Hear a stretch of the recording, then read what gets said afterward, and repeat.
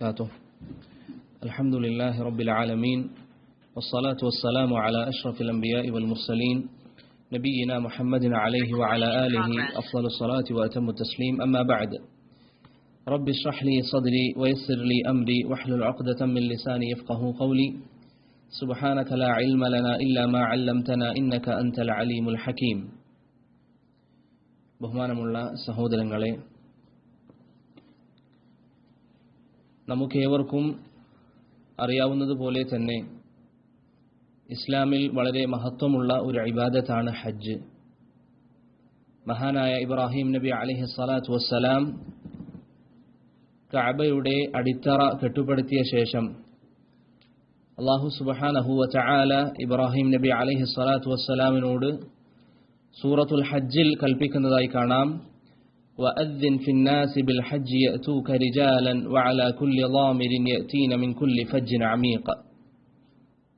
മഹാനായ ഇബ്രാഹിം നബി അലൈഹിസ്സലാത്തു വസ്സലാം കഅബാലയം കെട്ടിപ്പടുത്തിയ ശേഷം അല്ലാഹു സുബ്ഹാനഹു വ തആല ഹജ്ജിനെ കുറിച്ച് ജനങ്ങൾക്കിടയിൽ വിളംബരം ചെയ്യാൻ ഇബ്രാഹിം നബി അലൈഹിസ്സലാത്തു വസ്സലാമിനോട് കൽപ്പിച്ചു. മാത്രമല്ല, റസൂൽ സല്ലല്ലാഹു അലൈഹി വസല്ലമ തങ്ങളിൽ നിന്ന് സ്ഥിരപ്പെട്ടു വന്നിരിക്കുന്ന അനേകം ഹദീസുകളിൽ ഹജ്ജിന്റെ ശ്രേഷ്ഠതയെക്കുറിച്ച് നമുക്ക് കാണാൻ സാധിക്കുന്നതാണ്. അബ്ദുല്ലാഹ് ഇബ്നു ഉമർ റളിയല്ലാഹു അൻഹു പറയുന്നു, റസൂൽ സല്ലല്ലാഹു അലൈഹി വസല്ലമ തങ്ങൾ പറഞ്ഞു, ബുനിയൽ ഇസ്ലാമു അലാ ഖംസിൻ ഷഹാദതി അല്ലാ ഇലാഹ ഇല്ലല്ലാഹ് വ അന്ന മുഹമ്മദർ റസൂലുള്ളാഹ് വ ഇഖാമിസ് സ്വലാഹ് വ ഈതാഇസ് സകാത്ത് വ സൗമി റമളാൻ വ ഹജ്ജിൽ ബൈതി ഇൻ ഇസ്തതാഅ ഇലൈഹി സബീല. അബ്ദുല്ലാഹ് ബിൻ ഉമർ റളിയല്ലാഹു അൻഹു പറയുകയാണ്, റസൂൽ സല്ലല്ലാഹു അലൈഹി വസല്ലമ തങ്ങൾ പറഞ്ഞു, അല്ലാഹു സുബ്ഹാനഹു വ തആല ദീനിനെ നിലനിർത്തിയിരിക്കുന്നത് 5 കാര്യങ്ങളിലായിട്ടാണ്. അതിൽ 5ാമത്തെ കാര്യമായി റസൂൽ സല്ലല്ലാഹു അലൈഹി വസല്ലമ തങ്ങൾ പറഞ്ഞത് ഹജ്ജാണ്. അതുപോലെ തന്നെ അബൂ ഹുറൈറ റളിയല്ലാഹു അൻഹു പറയുന്നു, സുഇല റസൂലുള്ളാഹി സല്ലല്ലാഹു അലൈഹി വസല്ലം അയ്യുൽ അമലി അഫ്ളൽ. നബി സല്ലല്ലാഹു അലൈഹി വസല്ലമ തങ്ങൾ ചോദിക്കപ്പെട്ടു, അമലുകളിൽ ഏറ്റവും മഹത്വമുള്ളത് ഏതാണ്? നബി സല്ലല്ലാഹു അലൈഹി വസല്ലമ തങ്ങൾ ആദ്യം പറഞ്ഞത് ഈമാനും ബില്ലാഹി വ റസൂലി, അല്ലാഹുവിലും റസൂലിലുമുള്ള വിശ്വാസമാണ്. പിന്നീട് ഏതാണെന്ന് ചോദിക്കപ്പെട്ടപ്പോൾ അവിടുന്ന് പറഞ്ഞു സുമ്മ ഹജ്ജുൻ മബ്റൂർ സുമ്മൽ ജിഹാദു ഫീ സബീലില്ലാഹ്, രണ്ടാമതായി ജിഹാദാണ്. മൂന്നാമത് ഏതാണെന്ന് ചോദിക്കപ്പെട്ടപ്പോൾ നബി സല്ലല്ലാഹു അലൈഹി വസല്ലമ തങ്ങൾ പറഞ്ഞു ഹജ്ജുൻ മബ്റൂർ, ഹജ്ജാണ്, മബ്റൂറായ ഹജ്ജാണ് എന്ന് റസൂൽ സല്ലല്ലാഹു അലൈഹി വസല്ലമ തങ്ങൾ പറഞ്ഞു. അപ്പോൾ സഹോദരങ്ങളെ, ഈ ഹദീസ് വളരെ വ്യക്തമായി നമുക്ക് മനസ്സിലാക്കി തരുന്നതാണ് ഇസ്ലാമിൽ വളരെ പ്രാധാന്യമുള്ള ഒരു ഇബാദത്താണ് ഹജ്ജ് എന്നുള്ളത്. എന്നാൽ ഈ ഒരു ഹദീസിൽ ചില ആളുകൾക്ക് കേൾക്കുമ്പോൾ ഒരു സംശയം ഉണ്ടാകാൻ സാധ്യതയുണ്ട്. നബി സല്ലല്ലാഹു അലൈഹി വസല്ലം ഈമാൻ പറഞ്ഞതിന് ശേഷം പറഞ്ഞത് ജിഹാദാണ്. ഹജ്ജിനേക്കാളും മുമ്പായി നബി സല്ലല്ലാഹു അലൈഹി വസല്ലം പറഞ്ഞത് ജിഹാദാണ്. എന്തുകൊണ്ടാണ് ഈ രൂപത്തിൽ നബി സല്ലല്ലാഹു അലൈഹി വസല്ലം തങ്ങൾ ഹജ്ജിനേക്കാളും ജിഹാദിനെ മുന്തിച്ചത്? ഇമാം മുനാവി റഹിമഹുല്ലാഹ് അദ്ദേഹത്തിന്റെ ഫൈദുൽ ഖദീറിൽ പറയുന്നു, ഖുദ്ദിമൽ ജിഹാദു വഹുവ ലൈസ ബിറുക്നിൻ അലാ ഹജ്ജിൻ വഹുവ റുക്ൻ ലിഖുസൂരി നഫ്ഇൽ ഹജ്ജ് ഗാലിബൻ വതഅദ്ദി നഫ്ഇൽ ജിഹാദ്. നബി സല്ലല്ലാഹു അലൈഹി വസല്ലമ തങ്ങൾ ഹജ്ജിനേക്കാളും ജിഹാദിന് മുൻഗണന നൽകാനുള്ള കാരണം ഹജ്ജിലൂടെ ഒരു വ്യക്തി സ്വന്തം ഇബാദത്ത് മാത്രമാണ് നിർവഹിക്കുന്നത്. ആ വ്യക്തിയെ സംബന്ധിച്ചിടത്തോളം അതിന്റെ നേട്ടം അദ്ദേഹത്തിന് മാത്രമാണ്. എന്നാൽ ഒരു വ്യക്തി ജിഹാദ് ചെയ്യുന്നതിലൂടെ അതിന്റെ ഉപകാരം ഇസ്ലാമിനും ആ വ്യക്തിക്കും എന്ന് പറഞ്ഞാൽ ഒന്നിലധികം ആളുകൾക്ക് അതുകൊണ്ട് ഉപകാരമുണ്ട്. അതുകൊണ്ടാണ് നബി സല്ലല്ലാഹു അലൈഹി വസല്ലം ഇസ്ലാമിന്റെ റുക്നായ ഹജ്ജിനേക്കാളും ജിഹാദിന് സ്ഥാനം നൽകിയത് എന്ന് ഇമാം മുനാവി റഹിമഹുല്ലാഹ് അദ്ദേഹത്തിന്റെ ഫൈദുൽ ഖദീറിൽ പറയുന്നതായി നമുക്ക് കാണാൻ സാധിക്കും. അതുപോലെ തന്നെ ഹജ്ജുമായി ബന്ധപ്പെട്ട് നബി സല്ലല്ലാഹു അലൈഹി വസല്ലം പറഞ്ഞ ഒരു ഹദീസാണ്. അവിടുന്ന് പറഞ്ഞു, മൻ ഹജ്ജ വലം യർഫുസ് വലം യഫ്സുഖ് റജഅ കയൗമി വലദത്ഹു ഉമ്മുഹ്. ഏതെങ്കിലും ഒരു വ്യക്തി ഹജ്ജ് ചെയ്യുകയും ആ ഹജ്ജിൽ മോശമായ എല്ലാ കാര്യങ്ങൾ ഒഴിവാക്കുകയും ചെയ്താൽ, മോശമായ വാക്കുകൾ, മോശമായ പ്രവർത്തനങ്ങൾ, അതുപോലെ തന്നെ ഭാര്യയുമായി ബന്ധപ്പെട്ട ശാരീരികമായ ബന്ധം, മറ്റുതര വിഷയങ്ങളൊക്കെ ഒരു വ്യക്തി ഒഴിവാക്കുകയാണ് എങ്കിൽ നബി സല്ലല്ലാഹു അലൈഹി വസല്ലം പറയുന്നു, റജഅ കയൗമി വലദത്ഹു ഉമ്മുഹ്, അവന്റെ ഉമ്മ അവനെ പ്രസവിച്ച ആ ദിവസം പോലെ അവൻ മടങ്ങി വരുന്നതാണ് എന്ന് റസൂൽ സല്ലല്ലാഹു അലൈഹി വസല്ലമ തങ്ങൾ പറഞ്ഞു. ഇതിനെ വിശദീകരിച്ചുകൊണ്ട് ഹാഫിദ് ഇബ്നു ഹജർ അദ്ദേഹത്തിന്റെ ഫത്ഹുൽ ബാരിയിൽ പറഞ്ഞു, ഇവിടെ ഉദ്ദേശം ചെറു പാപങ്ങളും അതുപോലെ വൻ പാപങ്ങളും അല്ലാഹു സുബ്ഹാനഹു വ തആല ഹജ്ജ് കാരണത്താൽ മാപ്പാക്കും എന്നാണ്. അതുപോലെ തന്നെ റസൂൽ സല്ലല്ലാഹു അലൈഹി വസല്ലമ ഹജ്ജിനെ കുറിച്ച് പറഞ്ഞു, അൽ ഹജ്ജുൽ മബ്റൂർ ലൈസ ലഹു ജസാഉൻ ഇല്ലൽ ജന്നഹ്. മബ്റൂറായ ഹജ്ജിന് അല്ലാഹു സുബ്ഹാനഹു വ തആല സ്വർഗ്ഗമല്ലാതെ മറ്റൊരു പ്രതിഫലം തയ്യാറാക്കിയിട്ടില്ല എന്ന് റസൂൽ സല്ലല്ലാഹു അലൈഹി വസല്ലമ തങ്ങൾ പറഞ്ഞതായി ഇമാം ബുഖാരിയും മുസ്ലിമും ഉദ്ധരിക്കുന്ന ഹദീസിൽ സ്ഥിരപ്പെട്ടു വന്നിട്ടുണ്ട്. അപ്പോൾ സഹോദരങ്ങളെ, ഈ ഹദീസുകളൊക്കെ നമുക്ക് മനസ്സിലാക്കി തരുന്നത് ഹജ്ജിന്റെ പ്രാധാന്യത്തെക്കുറിച്ചാണ്. അതുപോലെ തന്നെ ഒരു വ്യക്തി ഹജ്ജ് ചെയ്താൽ അവന്റെ പാപങ്ങൾ വലുതാണെങ്കിലും ചെറുതാണെങ്കിലും അതൊക്കെ അല്ലാഹു സുബ്ഹാനഹു വ തആല മാപ്പാക്കി നൽകുന്നതാണ്. ഇതാണ് നബി സല്ലല്ലാഹു അലൈഹി വസല്ലം ഈ ഹദീസുകളിലൂടെ നമുക്ക് പറഞ്ഞു തരുന്നത്. വേറെയും അനേകം ഹദീസുകൾ ഹജ്ജിന്റെ ഫളായിലുമായി ബന്ധപ്പെട്ട് നമുക്ക് കാണാൻ സാധിക്കും. എന്നാൽ സമയത്തിന്റെ പരിധി അനുസരിച്ച് ഈ കാര്യങ്ങൾ നമ്മുടെ ഓർമ്മയിൽ വെക്കുക. അല്ലാഹു സുബ്ഹാനഹു വ തആല നല്ല രൂപത്തിൽ ഹജ്ജ് നിർവഹിക്കാനും അതിന്റെ അഹ്കാമുകൾ പഠിക്കാനും നമുക്കേവർക്കും തൗഫീഖ് നൽകി അനുഗ്രഹിക്കുമാറാവട്ടെ. ഇവിടെ ഹജ്ജ് റുക്നാണ്. ഇസ്ലാമിന്റെ വളരെ പ്രധാനപ്പെട്ട ഒരു റുക്നാണ് ഹജ്ജ് എന്നുള്ളത്. ഇസ്ലാം കാര്യങ്ങളിൽ നമ്മളെല്ലാവരും പറയുന്ന ഒന്നാണ് ഹജ്ജ് എന്നുള്ളത്. അത് റുക്നാണ് എന്ന് ഇമാം കാസാനി റഹിമഹുല്ലാ അദ്ദേഹത്തിന്റെ ബദാഇഉസ് സനാഇഇലും അതുപോലെ തന്നെ ഇമാം ഇബ്നുൽ മുൻദിർ റഹിമഹുല്ലാ അദ്ദേഹത്തിന്റെ അൽ ഇജ്മാഇലും ഉദ്ധരിച്ചതായി നമുക്ക് കാണാൻ സാധിക്കുന്നതാണ്. ഹജ്ജ് ഇസ്ലാമിന്റെ റുക്നുകളിൽ പെട്ടതാണ് എന്ന് ഇമാം കാസാനി റഹിമഹുല്ലാ അദ്ദേഹത്തിന്റെ ബദാഇഉസ് സനാഇഇലും അതുപോലെ തന്നെ ഇമാം ഇബ്നുൽ മുൻദിർ റഹിമഹുല്ലാ അദ്ദേഹത്തിന്റെ അൽ ഇജ്മാഇലും ഉദ്ധരിച്ചതായി നമുക്ക് കാണാൻ സാധിക്കും. അപ്പോൾ ഇതൊക്കെ നമുക്ക് വളരെ വ്യക്തമായി മനസ്സിലാക്കി തരുന്നത് ഹജ്ജിന്റെ പ്രാധാന്യത്തെയാണ്, ഹജ്ജിന്റെ ഇസ്ലാം നൽകിയിരിക്കുന്ന മഹത്വത്തെക്കുറിച്ചാണ്. ഇനി സഹോദരങ്ങളെ, ഇതുമായി ബന്ധപ്പെട്ട് മനസ്സിലാക്കേണ്ട മറ്റൊരു കാര്യം, എപ്പോഴാണ് ഒരു വ്യക്തിയുടെ ഹജ്ജ് മബ്റൂർ ആവുക? നമ്മളിവിടെ പറഞ്ഞു, ഹജ്ജ് മബ്റൂർ ആണെങ്കിൽ അവൻ അല്ലാഹു സുബ്ഹാനഹു വ തആല തയ്യാറാക്കിയിട്ടുള്ളത് സ്വർഗ്ഗമാണ്. എപ്പോഴാണ് ഒരു വ്യക്തിയുടെ ഹജ്ജ് മബ്റൂർ ആവുക? ഈ വിഷയത്തിൽ റസൂൽ സല്ലല്ലാഹു അലൈഹി വസല്ലമയിൽ നിന്ന് വന്നിരിക്കുന്ന ഹദീസ് നാം നോക്കിയാൽ, ജാബിർ റളിയല്ലാഹു അൻഹു പറഞ്ഞു, നബി സല്ലല്ലാഹു അലൈഹി വസല്ലമയോട് ചോദിക്കപ്പെട്ടു, യാ റസൂലല്ലാഹ് മാ ബിർറുൽ ഹജ്ജ്, പ്രവാചകരെ മബ്റൂറായ ഹജ്ജ് എന്ന് പറഞ്ഞാൽ എന്താണ്?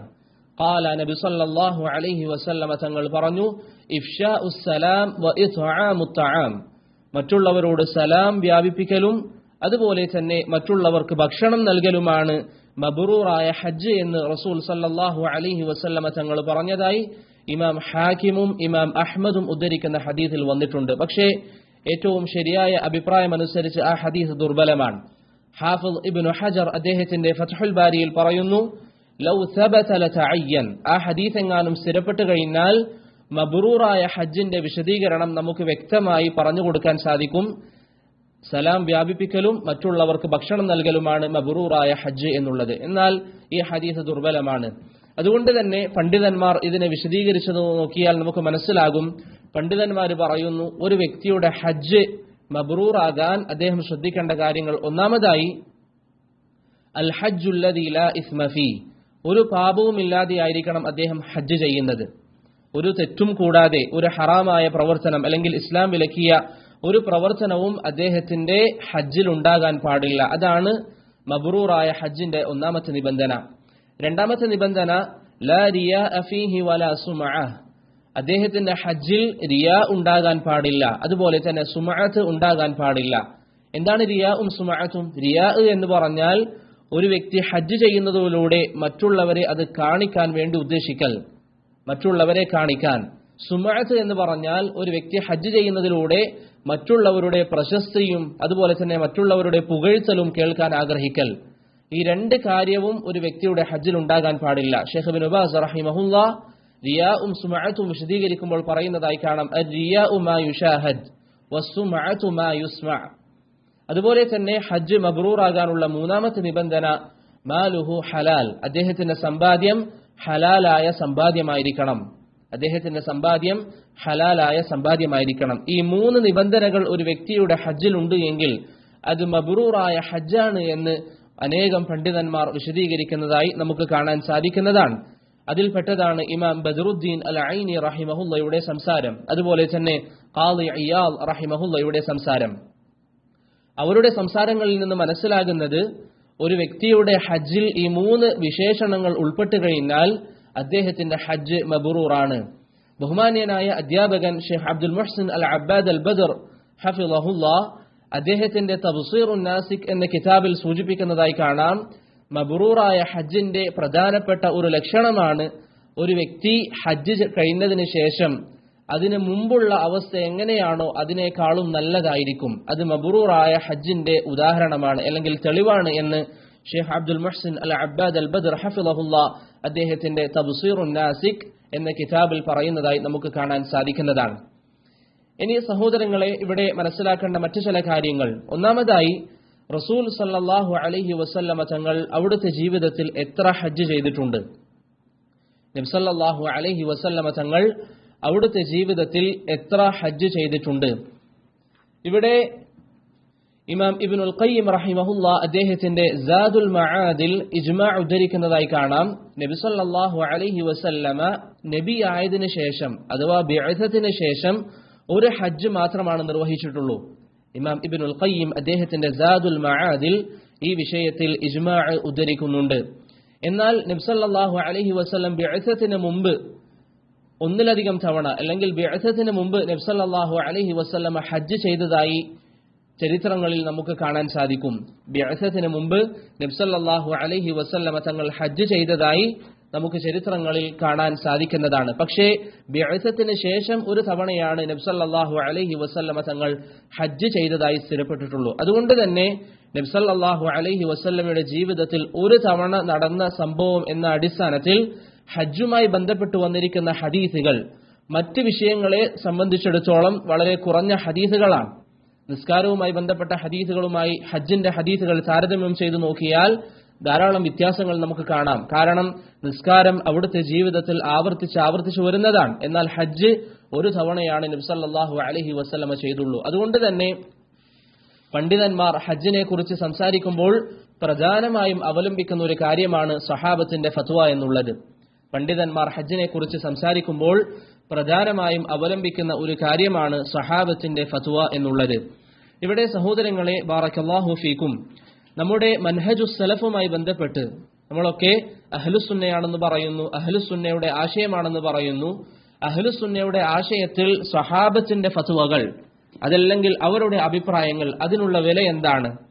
അത് ഇൻഷാ അല്ലാഹ് ചെറിയ രൂപത്തിൽ ഞാനൊന്ന് സൂചിപ്പിക്കാം. കാരണം ഈ ഒരു വിഷയത്തിൽ മാത്രമല്ല മറ്റിതര പല കാര്യങ്ങൾക്കും സഹാബത്തിന്റെ ആധാറുകൾ അതുപോലെ തന്നെ സഹാബത്തിന്റെ ഫത്വ അതിന്റെ പ്രാധാന്യത്തെക്കുറിച്ച് നാം മനസ്സിലാക്കിയാൽ നമുക്ക് ധാരാളം ഉപകാരമുണ്ട്. ഇവിടെ നാം മനസ്സിലാക്കേണ്ടത് സഹാബത്തിന്റെ അഭിപ്രായങ്ങളെ കുറിച്ച് പറഞ്ഞാൽ, ഒന്നാമതായി ഒരു സഹാബിയിൽ നിന്ന് ഒരു അഭിപ്രായം വന്നു എന്ന് സങ്കല്പിക്കുക. അതിനെതിരായി ഖുർആനിൽ ഒരു ആയത്തോ അല്ലെങ്കിൽ നബി സല്ലല്ലാഹു അലൈഹി വസല്ലമയുടെ ഒരു ഹദീസോ സ്ഥിരപ്പെട്ടു കഴിഞ്ഞാൽ ആ സഹാബിയുടെ വാക്ക് തള്ളപ്പെടുന്നതാണ്. ഒരു സഹാബിയുടെ അഭിപ്രായം ഖുർആനിന്റെ ആയത്തിനോ പ്രവാചകന്റെ ഹദീസുകൾക്കോ എതിരായി വന്നാൽ ആ സഹാബിയുടെ അഭിപ്രായം തള്ളപ്പെടുന്നതാണ്. നമുക്കറിയാം, ഇബ്നു അബ്ബാസ് റളിയല്ലാഹു അൻഹുവിനോട് ഒരു വിഷയത്തിൽ ഒരു വ്യക്തി സംസാരിക്കുമ്പോൾ അബൂബക്കറും ഉമറും ഇങ്ങനെ പറഞ്ഞു എന്ന് പറഞ്ഞു. ഈ സമയം ഇബ്നു അബ്ബാസ് റളിയല്ലാഹു അൻഹു പറഞ്ഞു, നബി സല്ലല്ലാഹു അലൈഹി വസല്ലം ഇത്തരത്തിലാണ് പറഞ്ഞത്. ആ വ്യക്തി വീണ്ടും അബൂബക്കറും ഉമറും പറഞ്ഞു എന്ന് പറഞ്ഞപ്പോൾ ഇബ്നു അബ്ബാസ് റളിയല്ലാഹു അൻഹു പറഞ്ഞു, ആകാശത്ത് നിന്ന് നിങ്ങളുടെ മേൽ കല്ല് വർഷിക്കുമോ എന്ന് ഞാൻ ഭയക്കുകയാണ്. ഞാൻ നിങ്ങളോട് പറയുന്നു പ്രവാചകൻ പറഞ്ഞു, നിങ്ങൾ എന്നോട് പറയുകയാണോ അബൂബക്കറും ഉമറും പറഞ്ഞു എന്ന്? അപ്പോൾ സഹോദരങ്ങളെ, നബി സല്ലല്ലാഹു അലൈഹി വസല്ലമയുടെ ഹദീസിനെതിരായി സഹാബത്തിന്റെ വാക്കുകൾ വന്നാൽ അത് തള്ളപ്പെടുന്നതാണ്. ഇബ്നു തൈമിയ റഹിമഹുല്ലാഹ് അദ്ദേഹത്തിന്റെ മജ്മൂഉൽ ഫതാവയിലും അലാഇ റഹിമഹുല്ലാഹ് അദ്ദേഹത്തിന്റെ ഇജ്മാലുൽ ഇസാബയിലും ഈ കാര്യം സൂചിപ്പിക്കുന്നതായി നമുക്ക് കാണാം. ഇമാം ഷാഫിഈ റഹിമഹുല്ലാഹ് പറഞ്ഞു, أجمع العلماء على أن من استبانت له سنة النبي صلى الله عليه وسلم لم يكن له أن يدعها لقول أحد كائنا من كان. ഒരു വ്യക്തിക്ക് നബി സല്ലല്ലാഹു അലൈഹി വസല്ലമയുടെ സുന്നത്ത് സ്ഥിരപ്പെട്ടു വന്നു കഴിഞ്ഞാൽ അവിടെ ഒരാളുടെ വാക്കിന് വേണ്ടിയും അത് ഒഴിവാക്കാൻ പാടില്ല എന്ന് ഇമാം ഷാഫിഈ റഹിമഹുല്ലാഹ് പറയുന്നതായി നമുക്ക് കാണാം. അപ്പോൾ ഇതാണ് ഒന്നാമത്തെ വിഷയം. ഒരു സഹാബി ഒരു കാര്യം പറയുകയും അതിനെതിരായി ഖുർആനിലോ അല്ലെങ്കിൽ പ്രവാചകന്റെ ഹദീസുകളിലോ ഏതെങ്കിലും ഒരു നസ്സ് നാം കണ്ടാൽ അവിടെ അത് തള്ളപ്പെടുന്നതാണ്. രണ്ടാമതായി, ഒരു വിഷയത്തിൽ സ്വഹാബികൾക്കിടയിൽ തന്നെ പരസ്പരം അഭിപ്രായ വ്യത്യാസമുണ്ട് എങ്കിൽ, ഒരു വിഷയത്തിൽ സ്വഹാബത്തിനിടയിൽ തന്നെ പരസ്പരം അഭിപ്രായ വ്യത്യാസമുണ്ട് എങ്കിൽ എല്ലാ വാക്കുകളും അവിടെ തെളിവല്ല. മറിച്ച് അവിടെ മറ്റിതര വിഷയങ്ങൾ നോക്കിയിട്ടാണ് ഇതിലേത് സ്വഹാബിയുടെ വാക്കാണ് സ്വീകരിക്കുക എന്ന് പണ്ഡിതന്മാർ നോക്കുക. ഉദാഹരണത്തിന്, സ്വഹാബികൾ തമ്മിൽ അഭിപ്രായ വ്യത്യാസമായി എന്ന് സങ്കല്പിക്കുക. ഒരു വശത്ത് ഖുലഫാ ഉർ റാഷിദീങ്ങളാണ്, മറുവശത്ത് സാധാരണ സ്വഹാബികളാണ്. അങ്ങനെയാണെങ്കിൽ അവിടെ ഖുലഫാ ഉർ റാഷിദീങ്ങളുടെ വാക്കുകൾക്കാണ് മുൻഗണന നൽകുക. ഈ രൂപത്തിൽ പണ്ഡിതന്മാർ സ്വഹാബികൾക്കിടയിൽ അഭിപ്രായ വ്യത്യാസം സംഭവിച്ചാൽ അവിടെ സ്വീകരിക്കുന്ന വ്യത്യസ്ത നിലപാടുകളുണ്ട്. ഇബ്നുൽ ഖയ്യിം റഹിമഹുല്ലാ അദ്ദേഹത്തിന്റെ ഇഅ്ലാമുൽ മുവഖ്ഖിഈനിൽ ഈ വിഷയം വിശദീകരിക്കുന്നതായി നമുക്ക് കാണാൻ സാധിക്കുന്നതാണ്. മൂന്നാമത്തെ ഒരു കാര്യം, ഒരു സഹാബി ഒരു വിഷയത്തിൽ ഒരു അഭിപ്രായം പറഞ്ഞു അല്ലെങ്കിൽ ഒരു ഫത്വ കൊടുത്തു. അത് ആരും അല്ലെങ്കിൽ പണ്ഡിതന്മാർ ഒന്നടങ്കം പറഞ്ഞു അദ്ദേഹത്തിന്റെ ആ അഭിപ്രായം സ്വീകരിക്കുകയില്ല എന്ന്. അങ്ങനെയാണെങ്കിൽ അത് തെളിവല്ല. ഉദാഹരണത്തിന്, അബൂ തൽഹത്ത് അൽ അൻസാരി റളിയല്ലാഹു അൻഹു ആലിപ്പഴം കഴിച്ചാൽ, മഴ പെയ്യുമ്പോഴൊക്കെ വീഴുന്ന ആലിപ്പഴം കഴിച്ചാൽ നോമ്പ് മുറിയില്ല എന്ന അഭിപ്രായം പറഞ്ഞിരുന്നു. ഇമാം ബസ്സാർ റഹിമഹുല്ലാ ഉദ്ധരിക്കുന്നത് പോലെ അദ്ദേഹം പറയാറുണ്ട്, ഹാദാ ലൈസ തആമൻ വലാ ശറാബ, അത് ഭക്ഷണമോ വെള്ളമോ അല്ല. അതുകൊണ്ട് തന്നെ ഒരു വ്യക്തി മഴ പെയ്യുമ്പോൾ വീഴുന്ന ആലിപ്പഴം കഴിച്ചാൽ അവന്റെ നോമ്പ് മുറിയില്ല എന്ന് മഹാനായ അബൂ തൽഹത്ത് അൽ അൻസാരി റളിയല്ലാഹു അൻഹു ഫത്വ കൊടുത്തു. പക്ഷേ ഇമാം ഇബ്നു സലാഹ് അദ്ദേഹത്തിന്റെ ശർഹ് മുഷ്കിലിൽ വസീത്തിൽ പറയുന്നതായി കാണാം, ആ അഭിപ്രായത്തോട് പണ്ഡിതന്മാർ ഒന്നടങ്കം മുഖം തിരിച്ചു കളഞ്ഞിട്ടുണ്ട്. എന്ന് പറഞ്ഞാൽ എല്ലാവരും ആ അഭിപ്രായം തള്ളിയിട്ടുണ്ട് എന്ന് ഇമാം ഇബ്നു സലാഹ് ഷർഹ് മുഷ്കിലിൽ വസീത്തിൽ പറയുന്നതായി നമുക്ക് കാണാൻ സാധിക്കും. നാലാമത്തെ ഒരു സാഹചര്യം എന്നുള്ളത്, ഒരു സഹാബി ഒരു വിഷയത്തിൽ ഒരു അഭിപ്രായം പറഞ്ഞു, അല്ലെങ്കിൽ ഒരു ഫത്വ കൊടുത്തു, അല്ലെങ്കിൽ മിമ്പറിൽ വെച്ച് അവർ പ്രസംഗിച്ചു. അങ്ങനെ അതിനെതിരായി മറ്റൊരു സഹാബിയും ഒന്നും പറഞ്ഞില്ല. ഒരു സഹാബി ഒരു അഭിപ്രായം പറഞ്ഞു അല്ലെങ്കിൽ ഒരു ഫത്വ നൽകി, അതല്ലെങ്കിൽ ഏതെങ്കിലും ഒരു ആയത്തിന്റെ വിശദീകരണത്തിൽ ഒരു സഹാബി പറഞ്ഞു അതിന്റെ ഉദ്ദേശം ഇങ്ങനെയാണ്, അതിനെതിരായി ഒരു സഹാബിയോ അല്ലെങ്കിൽ ആരും എതിര് പറഞ്ഞിട്ടില്ല. അങ്ങനെയാണ് എങ്കിൽ അത് ഹുജ്ജത്താണ്, അത് തെളിവാണ്. അങ്ങനെയാണ് എങ്കിൽ അത് തെളിവാണ്. അഹ്ലുസുന്ന അത് തെളിവായിട്ടാണ് പരിഗണിക്കാറുള്ളത്. കാരണം ഒരു സഹാബിയിൽ നിന്ന് ഒരു അഭിപ്രായം പ്രസിദ്ധമായി കഴിഞ്ഞാൽ അത് മറ്റുള്ള സഹാബികൾ എതിർക്കുന്നില്ല എങ്കിൽ അതിനെ ഇജ്മാഇന്റെ ഒരു ഇനമായി പല പണ്ഡിതന്മാരും പരിഗണിക്കും. അഞ്ചാമത്തെ ഒരു സാഹചര്യം, ഒരു സഹാബി ഒരു അഭിപ്രായം പറഞ്ഞു, അത് പ്രസിദ്ധമായിട്ടുണ്ടോ അതല്ല പ്രസിദ്ധമായിട്ടില്ലേ, മറ്റുള്ളവർ അറിഞ്ഞോ ഇല്ലയോ എന്നൊന്നും നമുക്കറിയില്ല. അങ്ങനെയുള്ള ഒരു വിഷയം, അങ്ങനെ ഒരു സഹാബിയുടെ ഒരു വാക്ക് നമുക്ക് ലഭിച്ചാൽ അത് ഹുജ്ജത്താണോ അല്ലയോ എന്ന വിഷയത്തിൽ ചില അഭിപ്രായ വ്യത്യാസങ്ങൾ ഉണ്ട് എങ്കിലും ഏറ്റവും ശരിയായ അഭിപ്രായം അത് ഹുജ്ജത്താണ്. അതാണ് ഇമാം അഹ്മദ്, ഇമാം മാലിക്, ഇമാം ഷാഫിഈ, ഇമാം അബു ഹനീഫ റഹിമഹുമുല്ലാ തുടങ്ങിയ പണ്ഡിതന്മാരുടെയൊക്കെ അഭിപ്രായം. ചില ഉസൂലുൽ ഫിഖ്ഹിന്റെ കിതാബുകളിൽ നമുക്ക് കാണാൻ സാധിക്കും, ഇമാം ഷാഫിഈ ആദ്യ കാലഘട്ടത്തിലാണ് അങ്ങനെ അഭിപ്രായം പറഞ്ഞത്, പിൽക്കാലഘട്ടത്തിൽ സഹാബത്തിന്റെ വാക്കുകൾ ഇത്തരത്തിൽ ഹുജ്ജത്തല്ല എന്ന് പറഞ്ഞതായി ചില ഉസൂലിന്റെ കിതാബുകളിൽ നമുക്ക് കാണാൻ സാധിക്കുമെങ്കിലും അത് ശരിയല്ല. ഇമാം ഇബ്നുൽ ഖയ്യിം അദ്ദേഹത്തിന്റെ ഇഅ്ലാമുൽ മുവഖ്ഖിഈനിൽ പറയുന്നു, ഞാൻ അല്ലാഹുവിനെ സാക്ഷി നിർത്തിക്കൊണ്ട് പറയുകയാണ്, ഇമാം ഷാഫിഈ അതിൽ നിന്ന് അഭിപ്രായം മാറ്റിയിട്ടുണ്ട് എന്ന് പറയുന്നത് ഒരിക്കലും ശരിയല്ല എന്ന് ഇബ്നുൽ ഖയ്യിം ഇഅ്ലാമുൽ മുവഖ്ഖിഈനിൽ പറയുന്നതായി നമുക്ക് കാണാം. മാത്രമല്ല ഷാഫിഈ മദ്ഹബിലെ പണ്ഡിതനായ അലാഇ അദ്ദേഹത്തിന്റെ ഇജ്മാലുസ് സഹാബയിൽ ഇമാം ഷാഫിഈയുടെ അഭിപ്രായം സഹാബത്തിന്റെ വാക്കുകൾ തെളിവാണ് എന്നുള്ളത് അദ്ദേഹത്തിന്റെ ഇജ്മാലുസ് സഹാബയിലും ഉദ്ധരിക്കുന്നതായി നമുക്ക് കാണാൻ സാധിക്കും. അതുപോലെ തന്നെ സഹോദരങ്ങളെ, ഈ ഒരു സാഹചര്യം അഥവാ ഒരു അഭിപ്രായം ഒരു സഹാബി പറയുകയും അത് പ്രസിദ്ധമായോ ഇല്ലയോ എന്ന് നമുക്കറിയാതെ വരികയും ചെയ്യുന്ന സാഹചര്യത്തിൽ അവരുടെ വാക്കുകൾ തെളിവാണ് എന്നുള്ളതിന് 46ഓളം തെളിവുകൾ ഇബ്നുൽ ഖയ്യിം അദ്ദേഹത്തിന്റെ ഇഅ്ലാമുൽ മുവഖ്ഖിഈനിൽ ഉദ്ധരിക്കുന്നതായും നമുക്ക് കാണാൻ സാധിക്കുന്നതാണ്. അതുകൊണ്ട് ബാറക്കല്ലാഹു ഫീക്കും, ഈ ഒരു വിഷയം നാം മനസ്സിലാക്കി വെക്കുക, ഈ ഒരു കാര്യം വ്യക്തമായി നാം മനസ്സിലാക്കുക. സഹാബത്തിന്റെ വാക്കുകൾ വന്നാൽ അത് തെളിവാണ്, നേരത്തെ പറഞ്ഞ 3 സാഹചര്യങ്ങളിൽ ഒഴികെ. തയ്യിബ്, അടുത്ത വിഷയം സഹോദരങ്ങളെ ബാറക്കല്ലാഹു ഫീക്കും, നാം ഇവിടെ പഠിക്കുന്നത് ഹജ്ജുമായി ബന്ധപ്പെട്ട ചില അഹ്കാമുകളാണ്. ഒന്നാമതായി മനസ്സിലാക്കുക, ഹജ്ജ് എന്നുള്ളത് നമുക്ക് ഹജ്ജ് എന്നും പറയാം, ഹിജ്ജ് എന്നും പറയാം. രണ്ടും അതിൽ ശരിയാണ്. ഇമാം ഇബ്നുൽ അസീർ അദ്ദേഹത്തിന്റെ അൻ-നിഹായയിൽ ഇത് സൂചിപ്പിക്കുന്നുണ്ട്. ഹാഫിൾ ഇബ്നു ഹജർ അദ്ദേഹത്തിന്റെ ഫത്ഹുൽ ബാരിയിലും അതിലേക്കുള്ള സൂചനകൾ നൽകുന്നുണ്ട്. രണ്ടും നമുക്ക് പറയാം. ഹജ്ജ് എന്നും ഹിജ്ജ് എന്നും പറയാം. പ്രസിദ്ധമായത് ഹജ്ജ് എന്ന ഭാഷയാണ്. അതുപോലെ തന്നെ എപ്പോഴാണ് ഹജ്ജ് നിർബന്ധമായത്? ഈ വിഷയത്തിൽ പണ്ഡിതന്മാർക്കിടയിൽ അഭിപ്രായ ഭിന്നതയുണ്ട്. ഹിജറ 5-ാം വർഷമാണ് എന്നും ഹിജറ 6-ാം വർഷമാണ് എന്നും ഹിജറ 9-10 വർഷങ്ങളാണെന്നൊക്കെ പണ്ഡിതന്മാർക്കിടയിൽ വ്യത്യസ്ത അഭിപ്രായങ്ങളുണ്ട്. അല്ലാഹു അലം, അതിലേറ്റവും ശരിയായിട്ടുള്ളത് ഹിജറ 9-ാമത്തെ വർഷത്തിലാണ് ഹജ്ജ് വാജിബായത്. ഹിജറ 9-ാമത്തെ വർഷത്തിലാണ് ഹജ്ജ് നമുക്ക് വാജിബായിട്ടുള്ളത്.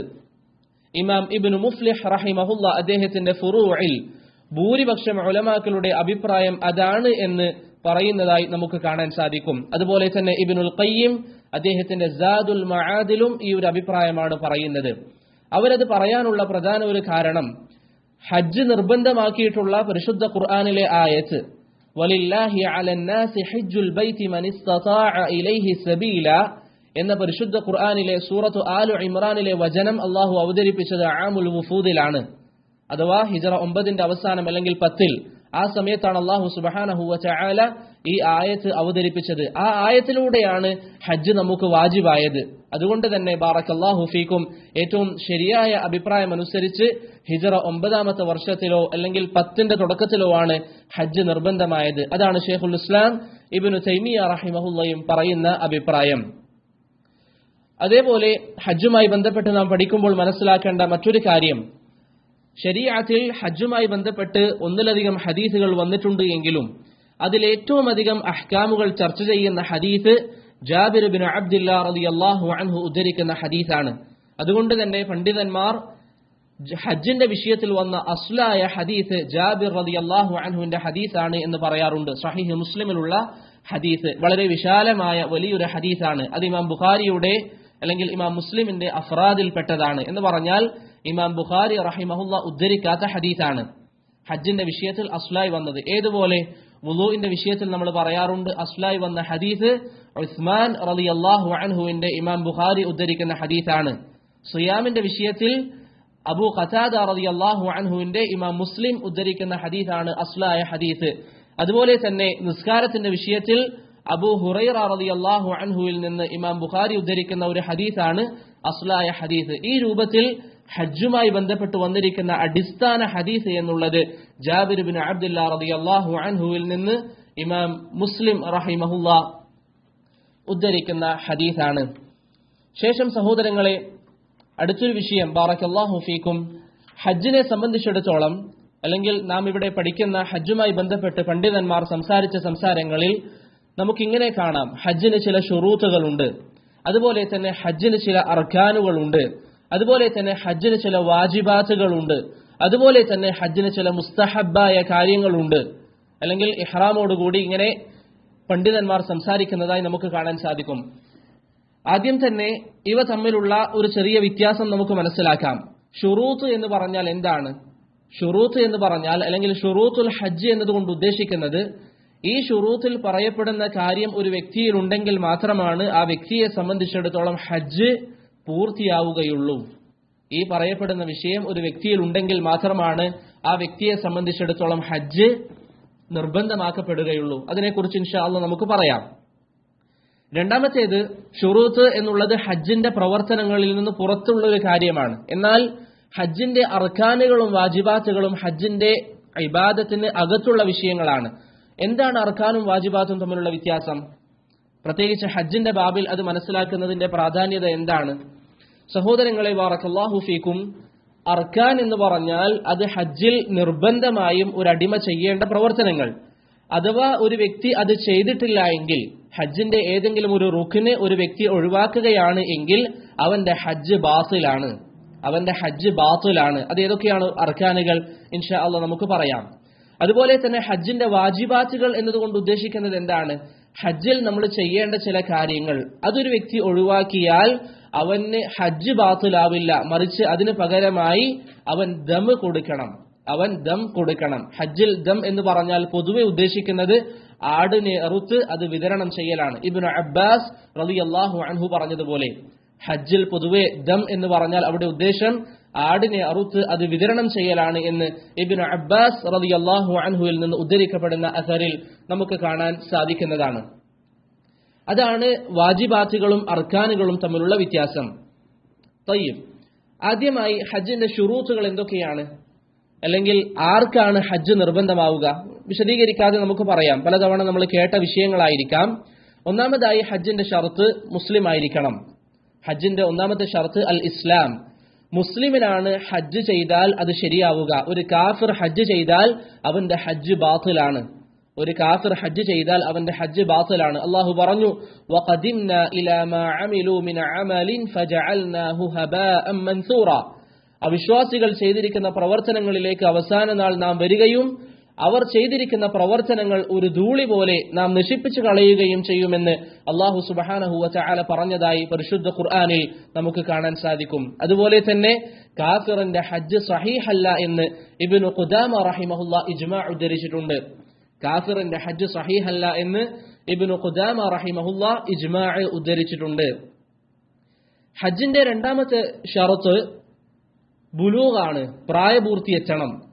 പ്രായപൂർത്തി എത്തിയവരെ സംബന്ധിച്ചിടത്തോളമാണ് ഹജ്ജ് നിർബന്ധമാവുക.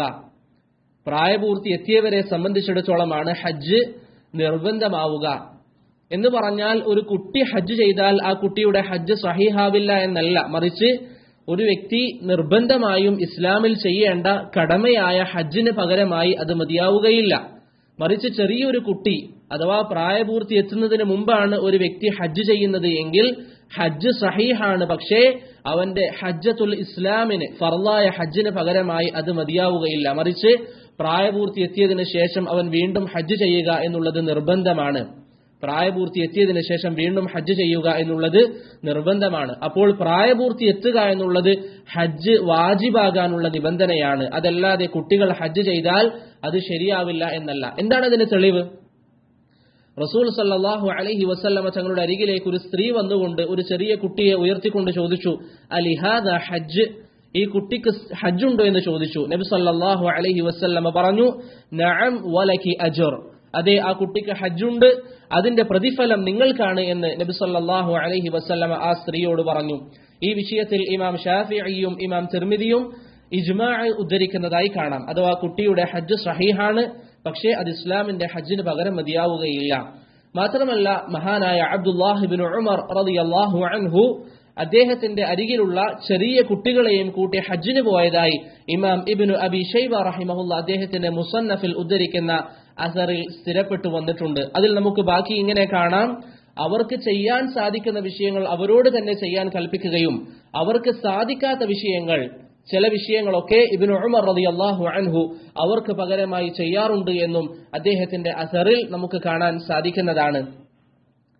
ഹജ്ജിന്റെ മൂന്നാമത്തെ ഷർത്ത് എന്നുള്ളത് സഹോദരങ്ങളെ ബാറക്കല്ലാഹു ഫീക്കും, ആഖിലായിരിക്കണം, ബുദ്ധിയുള്ളവനായിരിക്കണം. ഭ്രാന്തനെ സംബന്ധിച്ചിടത്തോളം അവൻ ഹജ്ജ് ചെയ്താൽ ഹജ്ജ് സഹീഹാവുകയില്ല. ഭ്രാന്തൻ ഹജ്ജ് ചെയ്താൽ ഹജ്ജ് സഹീഹാവുകയില്ല. ബുദ്ധി ഉണ്ടാവുക എന്നുള്ളത് ഹജ്ജിന്റെ നിർബന്ധമായ ഒരു നിബന്ധനയാണ് എന്ന് ഇബ്നു ഖുദാമ റഹിമഹുല്ലാ ഇജ്മാ ഉദ്ധരിച്ചതായി നമുക്ക് കാണാൻ സാധിക്കുന്നതാണ്. നാലാമത്തെ നിബന്ധന അൽ ഹുർരിയ, അഥവാ ഒരു വ്യക്തി സ്വതന്ത്രനായിരിക്കണം. അടിമകളെ സംബന്ധിച്ചിടത്തോളം ഹജ്ജ് വാജിബല്ല. അടിമകളെ സംബന്ധിച്ചിടത്തോളം അവർക്ക് ഹജ്ജ് വാജിബാവുകയില്ല. എന്നാൽ നേരത്തെ കുട്ടിയുടെ വിഷയത്തിൽ പറഞ്ഞതുപോലെ ഒരു അടിമ ഹജ്ജ് ചെയ്താൽ അവന്റെ ഹജ്ജ് സഹീഹാകും. ഒരു അടിമ ഹജ്ജ് ചെയ്താൽ അവന്റെ ഹജ്ജ് സഹീഹാകുന്നതാണ്. ഇബ്നു അബ്ബാസ് റളിയല്ലാഹു അൻഹു പറഞ്ഞു, അയ്യുമാ അബ്ദിൻ ഹജ്ജ സുമ്മ ഉഅ്തിഖ്, ഏതെങ്കിലും ഒരു അടിമ ഹജ്ജ് ചെയ്യുകയും പിന്നീട് അവൻ മോചിപ്പിക്കപ്പെടുകയും ചെയ്താൽ ഫഅലൈഹി അൻ യഹുജ്ജ ഹജ്ജതൻ ഉഖ്റാ, അവൻ മറ്റൊരു ഹജ്ജ് കൂടി നിർബന്ധമായും ചെയ്യണമെന്ന് ഇബ്നു അബ്ബാസ് റളിയല്ലാഹു അൻഹു ഫത്വ നൽകിയതായി നമുക്ക് കാണാൻ സാധിക്കും. ഇമാം തിർമിദി റഹിമഹുല്ലാ ഈ വിഷയത്തിൽ ഇജ്മാ ഉദ്ധരിച്ചിട്ടുണ്ട്. അഞ്ചാമത്തെ നിബന്ധന അൽ ഖുദ്റ, ഹജ്ജിന് പോകാൻ കഴിവുണ്ടായിരിക്കണം. ഹജ്ജിന് പോകാൻ കഴിവുണ്ടായിരിക്കണം എന്നുള്ളതാണ്. അല്ലാഹു പറഞ്ഞു, വലില്ലാഹി അലന്നാസി ഹജ്ജുൽ ബൈതി മൻ ഇസ്തതാഅ ഇലൈഹി സബീല. സൂറത്തു ആലു ഇംറാനിൽ അല്ലാഹു പറയുന്നു, ജനങ്ങൾക്ക് അള്ളാഹുവിനോടുള്ള ബാധ്യതയിൽപ്പെട്ടതാണ് കഴിവുള്ള ആളുകൾ ഹജ്ജിന് പോവുക എന്നുള്ളത്. ഇമാം ഇബ്നു ഖുദാമ റഹിമഹുല്ലാ ഈ വിഷയത്തിലും ഇജ്മാ ഉദ്ധരിച്ചതായി നമുക്ക് കാണാൻ സാധിക്കും. എന്ന് പറഞ്ഞാൽ കഴിവില്ലാത്ത ഒരാളെ സംബന്ധിച്ചിടത്തോളം ഹജ്ജിന് പോവുക എന്നുള്ളത് നിർബന്ധമായ ഒരു കാര്യമല്ല. എന്നാൽ അങ്ങനെയുള്ള ആളുകൾ ഹജ്ജ് ചെയ്താൽ ഹജ്ജ് സഹീഹാണ്. അങ്ങനെയുള്ള ആളുകൾ ഹജ്ജ് ചെയ്താൽ ഹജ്ജ് സഹീഹാണ്.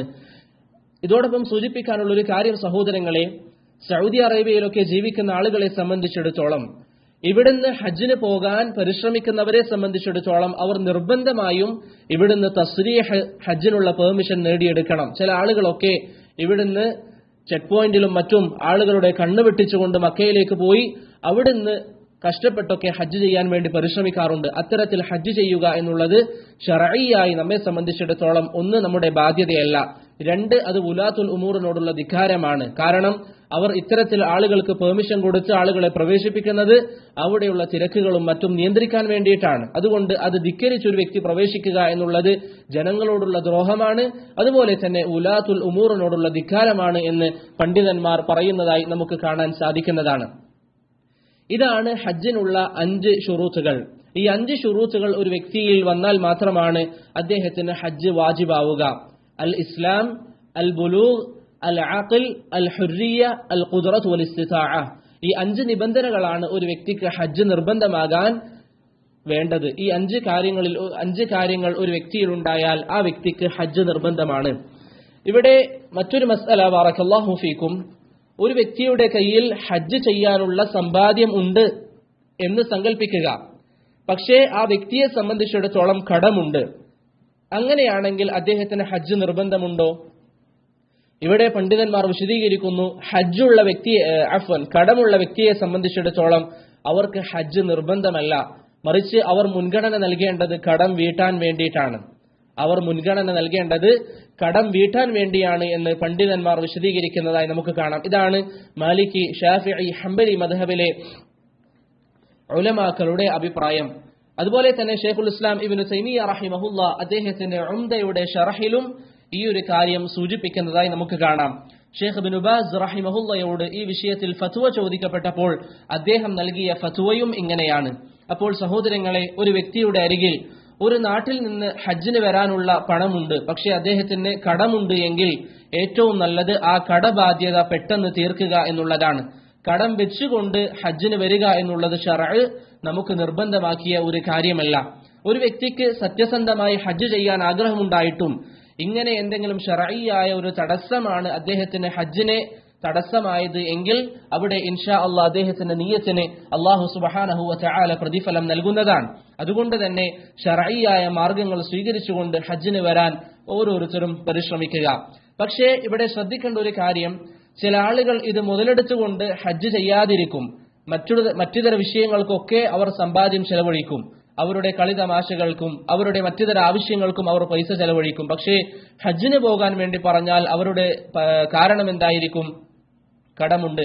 ആ രൂപത്തിൽ ഉപയോഗിക്കുന്നവർ അല്ലെങ്കിൽ അങ്ങനെ ചെയ്യുന്നവരുണ്ട് എങ്കിൽ അവർ ചിന്തിക്കുക, ഇന്നഹു അലീമുൻ ബിദാത്തിസ് സുദൂർ, മനസ്സിലുള്ളത് അറിയുന്നവൻ അല്ലാഹു സുബ്ഹാനഹു വ തആലയാണ്, അവൻ അതറിയും. അതുകൊണ്ട് ദീനി വിഷയങ്ങൾ മാറ്റി നിർത്താൻ ഇല്ലാത്ത കാരണങ്ങൾ ഉണ്ടാക്കുക എന്നുള്ളത് അല്ലാഹുവിനരികിൽ ഗൗരവമുള്ള വിഷയമാണ്. അതുപോലെ തന്നെ ബാറകല്ലാഹു ഫീക്കും, ഇവിടെ മനസ്സിലാക്കേണ്ട മറ്റൊരു കാര്യം, ഹജ്ജിന്റെ ശുറൂത്തിൽ ഒന്നായി നമ്മൾ പറഞ്ഞതാണ് ചെറിയ കുട്ടികളെ സംബന്ധിച്ചിടത്തോളം അവർക്ക് ഹജ്ജ് നിർബന്ധമല്ല. ഇനി ഒരു ചെറിയ കുട്ടിയെയും കൂട്ടി നമ്മൾ ഹജ്ജിന് പോകുന്നുണ്ട് എങ്കിൽ എങ്ങനെയാണ് നമ്മൾ ഹജ്ജിന്റെ പ്രവർത്തനങ്ങൾ അതുപോലെ തന്നെ ഈ ഹറാമും ഒക്കെ ചെയ്യേണ്ടത്? പണ്ഡിതന്മാർ പറയുന്നു, കുട്ടികൾ 2 രൂപത്തിലാണ്. ഒന്നുകിൽ മുമയ്യസായ കുട്ടികൾ, വകതിരിവുള്ള കുട്ടികൾ, അവരെ സംബന്ധിച്ചിടത്തോളം അവരോട് നമ്മൾ പറയുക, ഇതാ ഇന്നിങ്ങനെ പറയുക, ലബ്ബൈക അല്ലാഹുമ്മ ഉംറ അല്ലെങ്കിൽ ലബ്ബൈക അല്ലാഹുമ്മ ഹജ്ജൻ എന്നിങ്ങനെ ഓരോരോ കാര്യങ്ങൾ അവരോട് പറഞ്ഞു കൊടുക്കുക. അവരങ്ങനെ അത് ചെയ്യാൻ വേണ്ടി പ്രോത്സാഹിപ്പിക്കുക. രണ്ടാമതൊരു വിഭാഗം കുട്ടികൾ എന്നുള്ളത് ഗൈറു മുമയ്യസ്, വകതിരിവില്ലാത്ത കുട്ടികൾ, 2-3 വയസ്സൊക്കെയുള്ള കുട്ടികൾ. അവരെ സംബന്ധിച്ചിടത്തോളം അവർക്ക് വേണ്ടി അവരുടെ വലിയാണ് നിയ്യത്ത് വെക്കേണ്ടത്, അതുപോലെ പ്രധാനപ്പെട്ട പ്രവർത്തനങ്ങൾ ചെയ്യേണ്ടത് എന്ന് പണ്ഡിതന്മാർ പറയുന്നതായി നമുക്ക് കാണാൻ സാധിക്കുന്നതാണ്. ഇവിടെ സഹോദരങ്ങളെ, ചില ആളുകളൊക്കെ ചോദിക്കുന്ന ഒരു സംശയമുണ്ട്. ഒരു ചെറിയ കുട്ടിയെ എടുത്ത് ഒരാൾ ഉംറക്ക് പോകുന്നു അല്ലെങ്കിൽ ഹജ്ജിന് പോകുന്നു എങ്കിൽ, 2 വയസ്സുള്ള അല്ലെങ്കിൽ 3 വയസ്സുള്ള ഒരു കുട്ടിയെ കൂട്ടി ഒരാൾ ഹജ്ജിനോ ഉംറക്കോ പോകുന്നു എങ്കിൽ ഈ കുട്ടിയെ തവാഫിനിടയിൽ എങ്ങനെയാണ് നമ്മൾ പിടിക്കേണ്ടത്? ഈ കുട്ടിയെ തവാഫിനിടയിൽ എങ്ങനെയാണ് നമ്മൾ പിടിക്കേണ്ടത്? അഥവാ പൊതുവെ നമ്മൾ കുട്ടികളെ എടുക്കുമ്പോൾ കുട്ടികളുടെ വയറിന്റെ ഭാഗം നമ്മുടെ നെന്നോട് ചേർത്തിട്ടാണ് നമ്മൾ വെക്കുക. അങ്ങനെ തന്നെ പിടിച്ചാൽ മതിയോ? അതല്ല, കുട്ടിയുടെ പിറകുവശം നമ്മുടെ നെന്നിലേക്ക് ചാർന്നു വരുന്ന രൂപത്തിലാണ് നമ്മൾ വെക്കേണ്ടത്. അഥവാ നമ്മൾ ഹജ്ജ് ചെയ്യുമ്പോൾ നമ്മുടെ ഇടതുവശം കഅബക്ക് നേരെയായിരിക്കും. അതേ രൂപത്തിൽ തന്നെ കുട്ടിയുടെ ഇടതുവശം കഅബയുടെ ദിശയിലേക്കാകണം എന്ന നിബന്ധനയുണ്ടോ? ഈ വിഷയത്തിൽ മാലിക്കി മദ്ഹബിലെ ഹത്താബും അതുപോലെ തന്നെ സമീപകാലം ജീവിച്ചവരിൽ പ്രഗത്ഭനായ മുഹമ്മദ് ബിൻ ഇബ്രാഹിം അൽ-ഷെയ്ഖും റഹിമഹുമുല്ലാ അവർ പറയുന്നത് കുട്ടിയുടെ ഇടതുഭാഗം നമ്മൾ കഅബയുടെ ദിശയിലേക്ക് പിടിക്കണമെന്നാണ്. എന്ന് പറഞ്ഞാൽ സാധാരണ കുട്ടികളെ എടുക്കുന്നത് പോലെ എടുത്തുകൊണ്ട് തവാഫ് ചെയ്യരുത്. മറിച്ച് തവാഫ് ചെയ്യുന്ന സമയം കുട്ടിയുടെ ഇടതുവശം കഅബയുടെ ദിശയിലേക്ക് തിരിക്കണമെന്നാണ് ഈ പറയുന്ന പണ്ഡിതന്മാർ പറഞ്ഞത്. പക്ഷേ ബഹുമാന്യനായ അധ്യാപകൻ ഷെയ്ഖ് അബ്ദുൽ അസീസ് അർ-റയ്യിസ് ഹഫിളഹുല്ലാ ഈ വിഷയത്തിൽ പറഞ്ഞത് അങ്ങനെ ഒരു തെളിവ് ഖുർആനിലോ സുന്നത്തിലോ സ്ഥിരപ്പെട്ടു വന്നിട്ടില്ല. അതുകൊണ്ട് തന്നെ അത്തരത്തിലുള്ള ഒരു അഭിപ്രായം ശരിയല്ല എന്ന് ഷെയ്ഖ് അബ്ദുൽ അസീസ് അർ-റയ്യിസ് ഹഫിളഹുല്ലാ ഈ വിഷയവുമായി ബന്ധപ്പെട്ട് പറയുന്നതായി നമുക്ക് കാണാൻ സാധിക്കുന്നതാണ്. അതുകൊണ്ട് അല്ലാഹു അലം, സാധാരണ എങ്ങനെയാണോ നമ്മൾ കുട്ടികളെ എടുക്കാറുള്ളത് ആ രൂപത്തിൽ തന്നെ കുട്ടികളെ എടുത്താൽ മതിയാകുന്നതാണ്. നബി സല്ലല്ലാഹു അലൈഹി വസല്ലമ തങ്ങളുടെ കാലഘട്ടത്ത് ധാരാളം കുട്ടികളുണ്ടായിരുന്നു. അവരെ കൂട്ടി ഹജ്ജിന് പോകാൻ ചോദിച്ചപ്പോൾ നബി സല്ലല്ലാഹു അലൈഹി വസല്ലമ അനുമതിയും നൽകി. ഇങ്ങനെ എടുക്കേണ്ട ഒരു പ്രത്യേക രൂപമുണ്ടായിരുന്നുവെങ്കിൽ നബി സല്ലല്ലാഹു അലൈഹി വസല്ലമ അത് വിശദീകരിക്കുമായിരുന്നു. കാരണം തുല്ലാബുകളെ സംബന്ധിച്ചിടത്തോളം അറിയാം, നബി സല്ലല്ലാഹു അലൈഹി വസല്ലമയെ സംബന്ധിച്ചിടത്തോളം തഅഖീറുൽ ബയാനി അൻ വഖ്തിൽ ഹാജതി ലാ യജൂസ്, ഒരു കാര്യം പറയേണ്ട സമയം പറയുക എന്നുള്ളത് പ്രവാചകനെ സംബന്ധിച്ചിടത്തോളം ശർഈയായ നിർബന്ധമായ ഒരു കാര്യമാണ്. അതുകൊണ്ട് തന്നെ നബി സല്ലല്ലാഹു അലൈഹി വസല്ലമ അങ്ങനെ പറഞ്ഞിട്ടില്ല. അതുകൊണ്ട് സാധാരണ എങ്ങനെയാണോ കുട്ടികളെ നമ്മൾ എടുക്കാറുള്ളത് ആ രൂപത്തിൽ തന്നെ കുട്ടികളെ എടുത്താൽ മതിയാകുന്നതാണ്. തയ്യിബ്, അടുത്ത കാര്യം സഹോദരങ്ങളെ, ഞാൻ നേരത്തെ പറഞ്ഞതുപോലെ ഹജ്ജിന്റെ ശുറൂത്തുകൾ നമ്മൾ പറഞ്ഞു. അടുത്തത് ഹജ്ജിന്റെ അർക്കാനുകളാണ്. ഹജ്ജിന്റെ അർക്കാനുകൾ, ഹജ്ജിനെ സംബന്ധിച്ചിടത്തോളം ഹജ്ജിന് 4 അർക്കാനുകളാണുള്ളത്. ഹജ്ജിന് 4 അർക്കാനുകളാണുള്ളത്. നേരത്തെ നമ്മൾ പറഞ്ഞു അർക്കാനുകൾ എന്തിനാണ് നമ്മൾ മനസ്സിലാക്കുന്നത്? ഒരു വ്യക്തി അഥവാ ഏതെങ്കിലും ഒരു റുക്കിനെ ഒഴിവാക്കിയാൽ അവന്റെ ഹജ്ജ് ബാത്തിലാകുന്നതാണ്. അതുകൊണ്ടാണ് പ്രത്യേകം അത് വേർതിരിച്ച് നാം പഠിക്കുന്നത്. ഹജ്ജിന്റെ അർക്കാനുകളിൽ ഒന്നാമത്തേത് ഇഹ്റാമാണ്. ഹജ്ജിന്റെ അർക്കാനുകളിൽ ഒന്നാമത്തേത് ഇഹ്റാമാണ്. എന്താണ് ഇഹ്റാം എന്ന് പറഞ്ഞാൽ? ഹജ്ജിലേക്ക് നമ്മൾ പ്രവേശിക്കുന്നു എന്ന് കരുതൽ, നമ്മുടെ മനസ്സിൽ നമ്മൾ കരുതുന്നതിനാണ് എന്ത് പറയുക? ഇഹ്റാം എന്ന് പറയുക.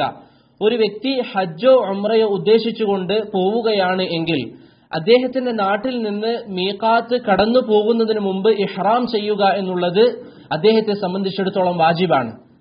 അപ്പോൾ നമ്മൾ പറഞ്ഞത് 2 കാര്യങ്ങളായി. ഒന്നാമത്തേത് റുക്നായ ഇഹ്റാം, രണ്ടാമത് വാജിബായ ഇഹ്റാം. റുക്നായ ഇഹ്റാം എന്ന് പറഞ്ഞാൽ നമ്മുടെ മനസ്സിൽ നമ്മൾ നിയത്തുണ്ടാവുക, ഞാൻ ഹജ്ജിന് പോകുന്നു അല്ലെങ്കിൽ ഉംറക്ക് പോകുന്നു. പൊതുവെ നമ്മൾ നിസ്കരിക്കുമ്പോൾ നമ്മുടെ മനസ്സിൽ നമ്മൾ കരുതുന്നത് പോലെ അത് മീഖാത്ത് കടന്നു വെക്കുന്നതിന് മുമ്പ് പറയുക എന്നുള്ളത് അല്ലെങ്കിൽ മീഖാത്തിൽ വെച്ച് ചെയ്യുക എന്നുള്ളത് ഹജ്ജിന്റെ വാജിബായ ഒരു കാര്യമാണ്.